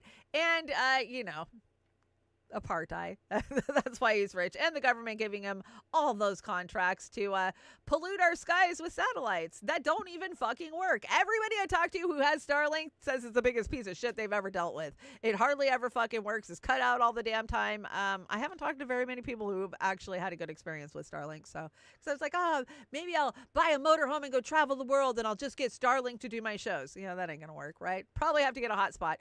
Scientists pushes a new paradigm of animal consciousness, saying every insect may be sentinel. Far more animals than previously thought likely have consciousness. Top scientist says in a new declaration, including fish, lobsters, octopus. Bees play by rolling wooden balls, apparently to have fun. So what do you guys think? I know that I was taught, definitely, and probably because I was taught by somebody who wasn't very kind, but that animals don't have feelings, right? Animals don't have feelings. They're not conscious. Like, that's why we experiment on them. That's why Fauci can, drug up all those beagle puppies. They don't feel anything. Well, turns out they do, right? We've seen this from plants too. I'm beginning to think that maybe everything on this planet might be sentinel and conscious. Just because we don't understand the level of consciousness doesn't mean that it's not there, right? Which breaks my heart for every bug I've stepped on over the last 50 years. I'm sorry. I didn't know. I was taught wrong. A railroad worker figured out how to send thousands of gallons of drinking water by rail from Mississippi to the Navajo Nation to alleviate the water crisis. I love it. We have been talking about the Navajo water crisis for many, many years. I mean, I can go back at least 8 years that I've known about it. And the government doesn't give two shits, right? Because, 200 years ago, we pushed them on reservations, and then we don't care if you have water there. No water, no food, whatever. Not my problem. But this is awesome. Good job on this this rail worker. Get the water to the Navajo. Oh, Hollywood, go fuck yourself. I think we got a few things in here. Oz, did you do this? What is this? Michael Douglas pays solidarity visit to southern Israel. Ew. Why is he still a thing? He looks like the Crypt Keeper nowadays. All that fucking facelifts he had in the 80s and 90s didn't do him any good. Yeah, take a good look, motherfucker. Take a good look. I agree, Oz. Ew. Hollywood's so gross. So gross. What is this? I don't remember what this says. Funding attacks on pro-Palestinian student movements. This is Jerry Seinfeld. Jerry Seinfeld. So all of these campus protests that we're seeing, the pro-Palestinian protests, the anti-counter protesters that are showing up, aka Zionists, guess what? They're paid. They always accuse us of being paid, but they are actually fucking paid. And guess who donated to help pay them? That's right, Jerry frickin' Seinfeld. Can this guy just go away? He went away for like 15 years and lived his Chime life, and now he's back bugging all of us. Go away. We didn't think you were funny then. We definitely don't think you're funny now. Come on, play. So it turns out Jerry Seinfeld's wife and a bunch of right-wing billionaires have been funding the Zionist counter-protesters who have been showing up to student encampments and harassing people. The Seinfelds actually donated $5,000 to this pro-Israel rally at UCLA where they were calling people the N-word. What's the deal with Zionist celebrities? Funny that these guys are being paid thousands of dollars and they still can't get that many people at their rally. And then they show up and accuse the Palestinian protesters of being funded by George Soros. Like, bro, look in a mirror. The billionaire Bill Ackman has also been dumping tens of thousands of dollars into these protests, which should come as no surprise. He's also trying to get a list of the protesters released to the public so that they can be blackballed from employment, which is such a perfect example of the kind of free speech that we have under capitalism. You have free speech until we piss off the corporate overlords. Then they're going to fund people to harass you and prevent you from getting hired. And this is for standing up against a government that has unalived over 14,000 children and is now creating a man-made famine by cutting them off from food and water. I'm now seeing pictures on my timeline of babies who are dying from malnutrition. And if you stand against that, the billionaire overlords are paying people to come harass you. What a system we have. Great use of your platform, Jerry Seinfeld, and your child bride. She was damn near a child when they got together. You know it. I know it. The whole fucking world knows it. But we don't call this sicko out for it. Are we shocked by this? No, this is what we've been telling you for years. We always get accused of being the ones that are paid off, but it's always the infiltrators and those protesting back against us that are the paid off ones. And yeah, I saw that George Clooney's wife, Amala, she was giving a bunch of money to this shit too. But she's a humanitarian lawyer. Humanitarian my ass. Any person who has children would not want to see other children bombed. Now, we've been told that the reason that the death toll the official number hasn't moved in fucking weeks is because you have to have an identifying part of a body to claim that person. And most of these people are being so blown to bits that they are absolutely unrecognizable. Oh, here's a chunk of a leg. Wonder who that is. That family members can't even claim that person. Unless you saw that person be unalived right in front of you, you can't claim that. So that's why they're saying the death toll hasn't moved, right? I don't know. Just telling you what I've heard. Yeah, Jerry, you're so gross. Let's see. A Zionist and a pedophile and a washed-up comedian walk into the bar. The bartender says, "What'll it be, Mr. Seinfeld?" Ha, ha, ha. That was pretty funny. I never thought he was funny. I never liked that show. I watched it. It was the 90s. There was nothing else on to watch, but I never liked it. Yay, we got Eric Clapton back. Did we lose Eric Clapton during COVID, but now we got him back on Israel? I think so. Right? Was he like serious pro-mask, pro-vax? Might have been. It seems like they come, they go. It just depends on what issue it is. So Eric Clapton says Israel is running the world. Yeah, we all know it. And Nikki says, oh, well. Yeah, oh, well. We know it. They know it. We all know it. Good to have you back. Okay, let's do a Princess Kate update. Man, this shit's just getting crazier. I'm telling you, I think they unalived her on December 28th of last year. Anyways, so this is from Darren Brown. Apparently, he's some kind of, he works for Royal Vanity. Anyways, he was at a party on December 12th or December 14th. So right before Christmas, right? We have not seen Princess Kate since two or 3 days after Christmas. Last time anybody saw her was actually Christmas Day. So unbelievable at the Royal Variety. Both were very lovely and terrific at the meet and greet. Incredible. Incidentally, when she shook my hand with me, she passed a tiny piece of folded paper into the palm. I looked at it later. It just had one word written on it: help. So and you can look at the date of this tweet. This tweet was originally tweeted out on 12/14/2023. And Concerned Citizen says, Kate Middleton, before she completely vanished, allegedly passed Darren Brown a piece of paper saying help. Look at the date on the post. Darren has 2 million followers. I'm sure he didn't make it up. Would somebody with 2 million followers post something about Princess Kate slipping them a note 10 days before she disappeared? I'm telling you, this fucking family did something to her. I follow a couple of psychics. Yeah, they're out there. Sometimes they know. And they say she is not on this plane no longer. But hey, good thing they got clones, because they got 3 clones backed up in the closet. They're just waiting for them to mature, and they'll roll the new clone out in 6 months and pretend that everything's okay. Kate will be, she'll be exactly the same as she normally is. She'll look the same. She'll just be more compliant, right? Apparently, her and William have been clashing heads, beating heads together for many years because she saw the family for what it was. And a lot of people say when she wore that dress of Rosemary's Baby, when she introduced Prince William to the world, she was trying to let us know how deep they are into Satanism. I don't know. This is all speculation. We are just speculating, but this is my theory, and this is what I think is happening. Let's see. It's not just P. Diddy. It's not Harvey Weinstein or Jeffrey Epstein or Nickelodeon. It's all of them. It is all of them. It is all of them, including the royals. That's why I put those ones together. Because when you know that Jimmy Savile was the king's best friend for 20, 30 fucking years, come on. They all knew what Jimmy was doing.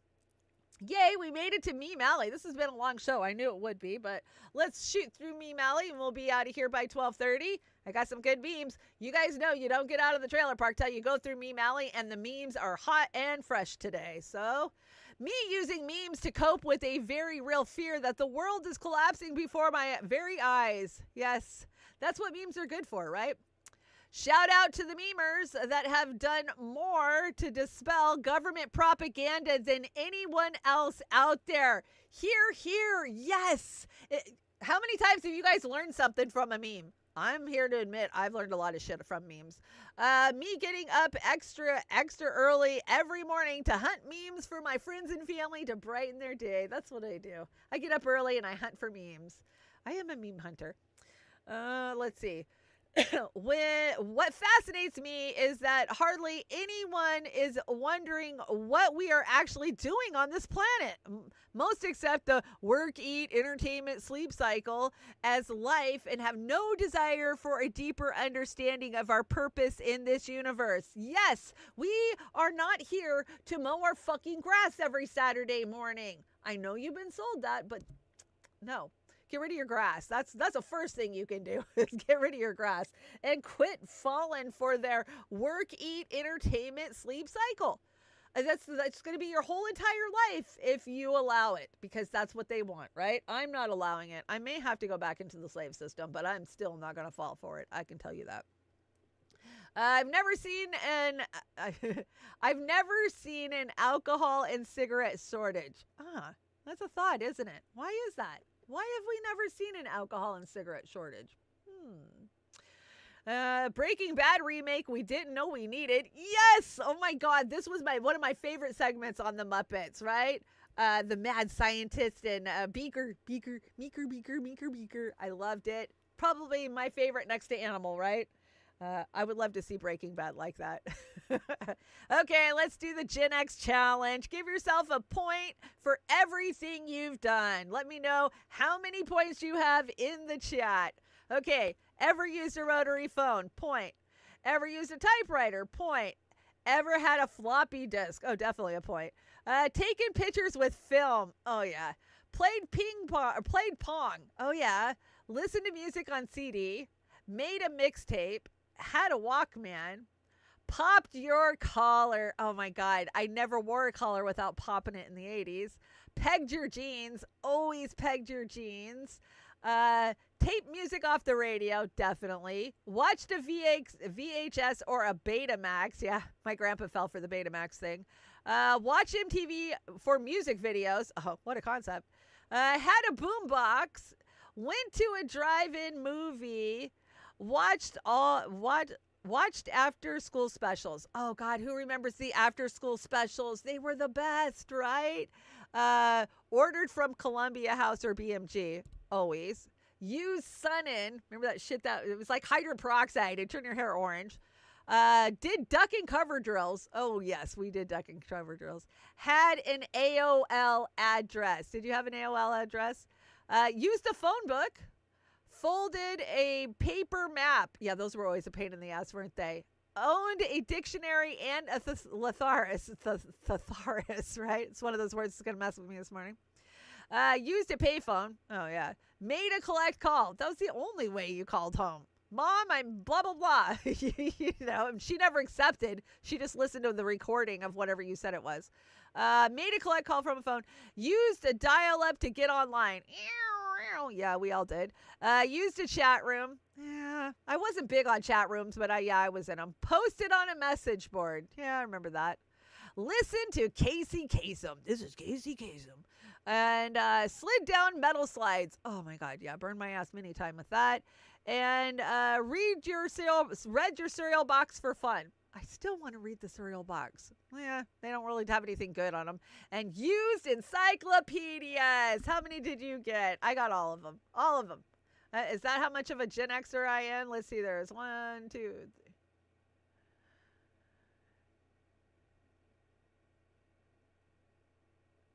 3. Okay, so you should have had, if you got all of them, you should have had 32. So you got 32? I got 32. And I built my plans around the world ending in 1999, Gen Xers. I've been winging it ever since. It's kind of true. It's kind of true. We were so scared for Y2K, like, oh, the world's going to come to an end. And then we had 2012, the Mayan apocalypse, right? It seems like I've been living my whole life for the world to end. And here we are, still going, right? But if we keep bombing inside of Russia, it might just happen.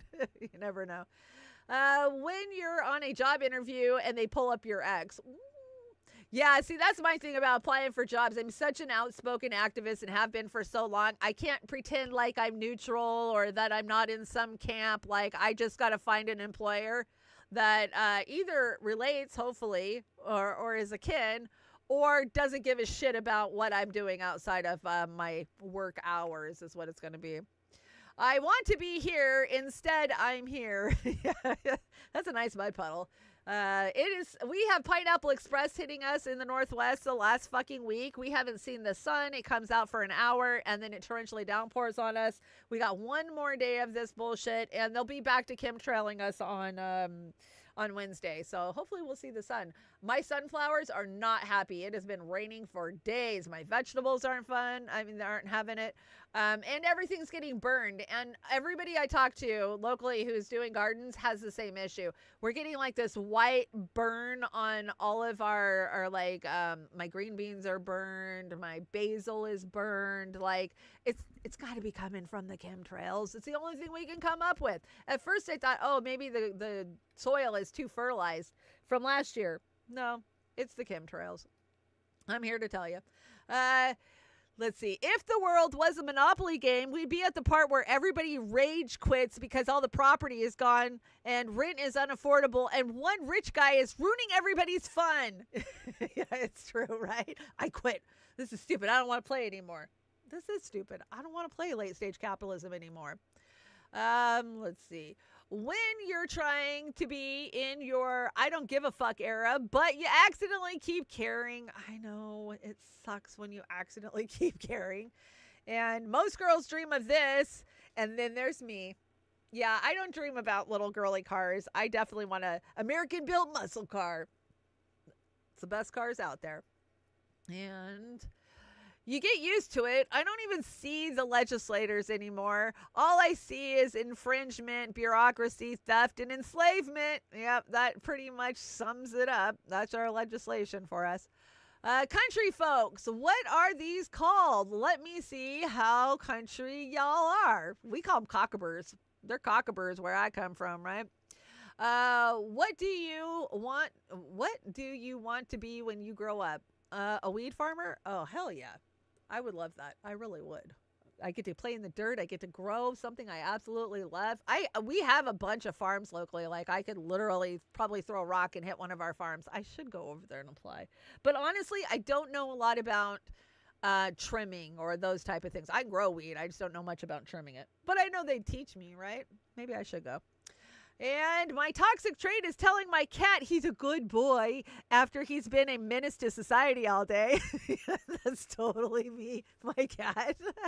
And scientific fact, a dog gets more factual information from sniffing another dog's butt than a human does from watching CNN. You heard it here first.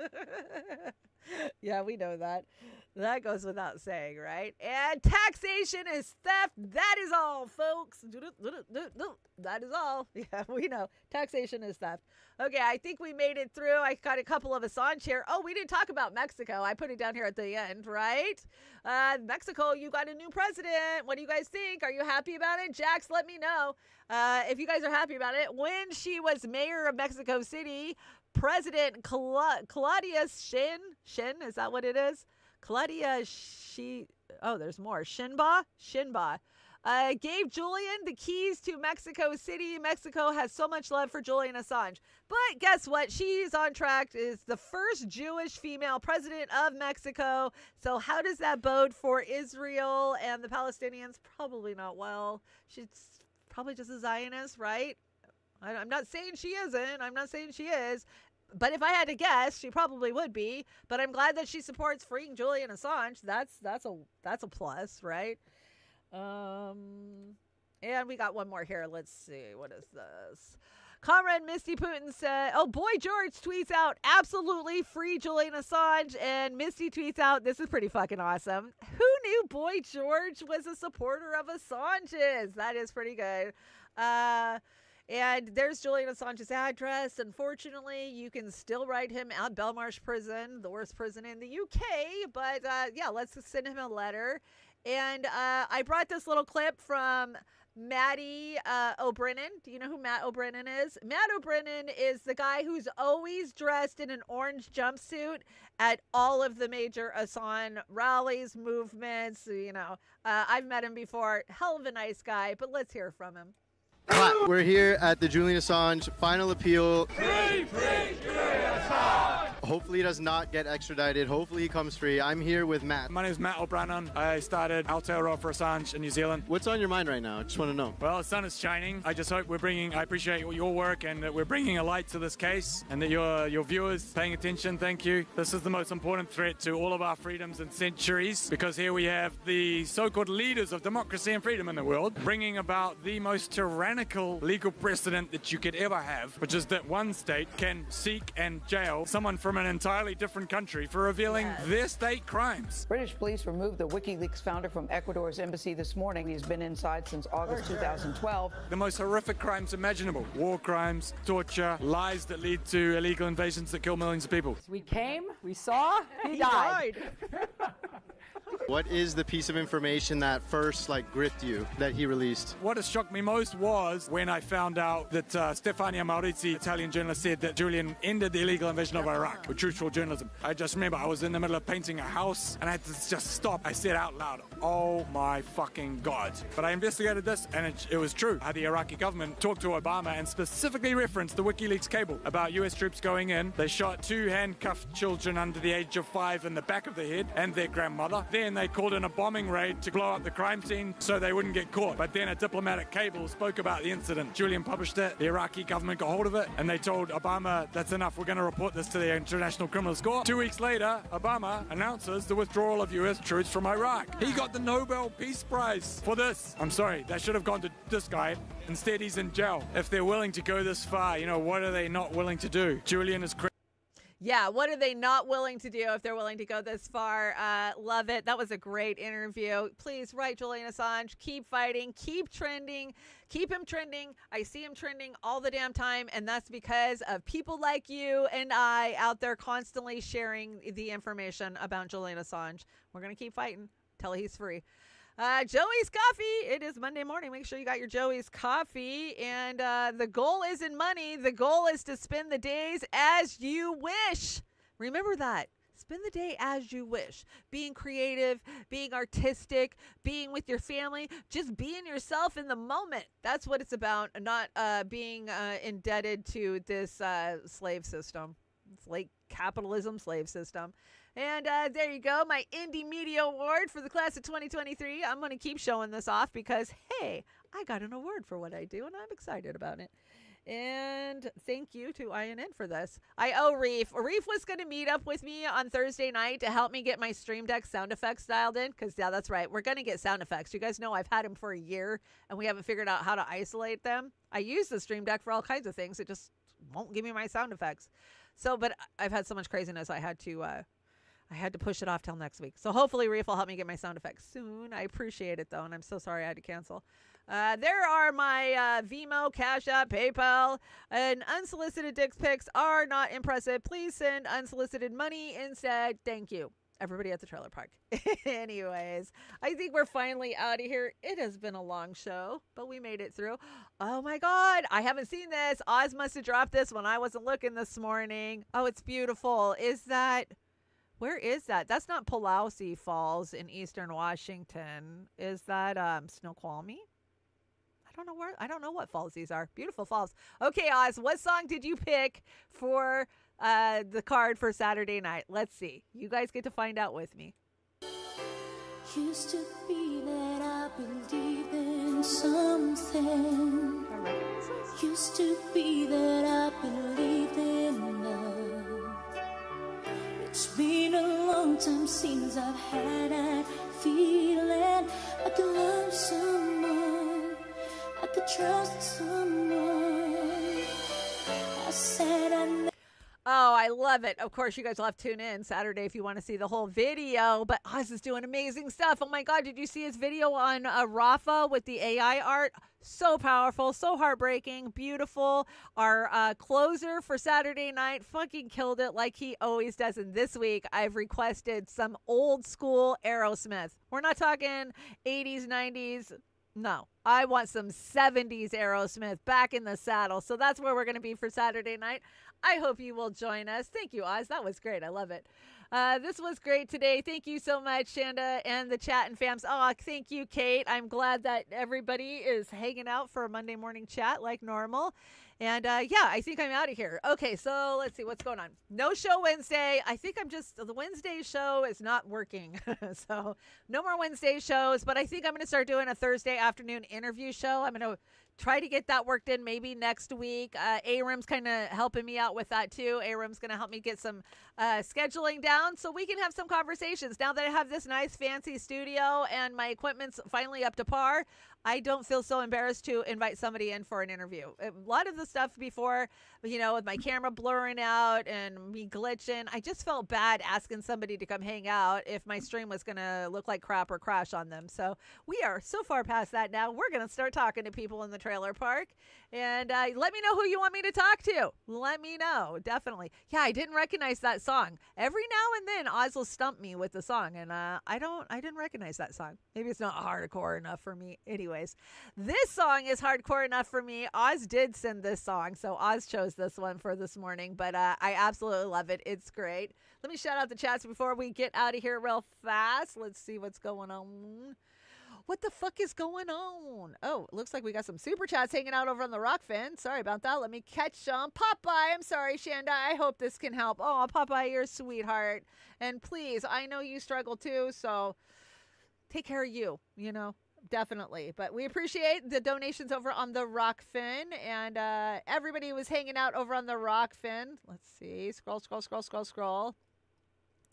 Just go to the bottom. Thank you. Zoxo Vix is hanging out with Teresa, Himpcar, and Jim. Who else is hanging out? Lynn. Good to see you, Lynn. Tom Cooper. I got Zox. I got Lynn. No, stop. Aram's hanging out over there. Hey, Aram, you're actually here. So, yes, I will send you an email. I know things have been crazy. I need to get a hold of you. But I'm thinking maybe next week or the week after we can roll out our first interview show. Just got to get our act together.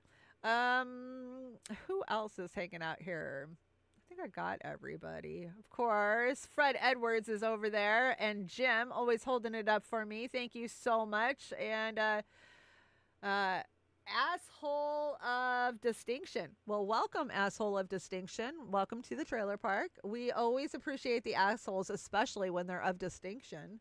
And let's see who's on the Rumble. Rumble's got Ghost Start, Mr. Worthless Eater, Crone of Anarchy. Did I see a Ghost Start over there? I think I saw a Ghost Start. Is Dingo Ate Me Baby hanging out? Probably. Mr. Worthless Eater. Let's see. There's Dingo. A Dingo Ate Me Baby. Thank you guys so much for hanging out over on the Rumble. Let's see. What have we had X-wise? Oh, 8 views. We got 8 views over on X. It's so weird. It's hit or miss on X. Like Saturday night, we had like 50 views on the trailer park X. You just never know. And the YouTube. I'll never leave out the YouTube. Popeye, thank you so much. That was very sweet. Judy, good to see you. Kate, I'm so glad you're here. Anthony, or as Oz says, Anthony. I don't know why he does that. DC, Mastermind Hour. Jilly Love, our old school mod Marvin. Let's see, who else do we got in here? Natalie Williams, good to see you.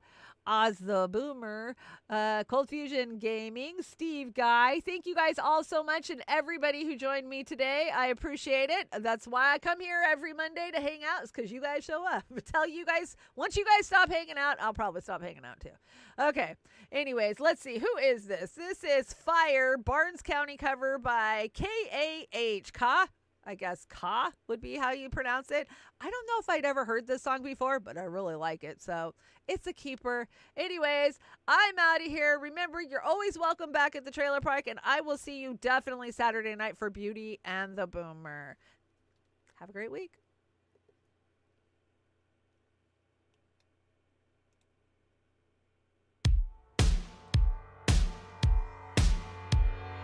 Lonely shadows following me. Lonely ghosts come a-calling. Lonely voices talking to me. Now I'm gone, now I'm gone, now I'm gone. And my mama told me, girl, let it be. Sold my soul to the calling. Sold my soul to sweet melody. Now I'm gone, now I'm gone, now I'm gone. Oh, give me that fire.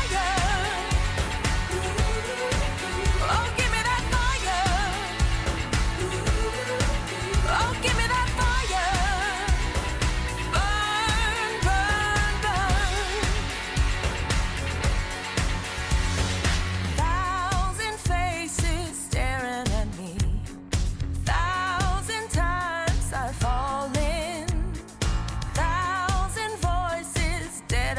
feet. Now I'm gone, now I'm gone, now I'm gone. And my mama told me, girl, let it be. Sold my soul to the calling. Sold my soul to sweet melody. Now I'm gone, now I'm gone, now I'm gone. Oh, give me that fire. Oh, give me that fire. Oh, give me that fire. Burn, burn, burn. Ghosts and devils come a-calling, calling my name out, lost in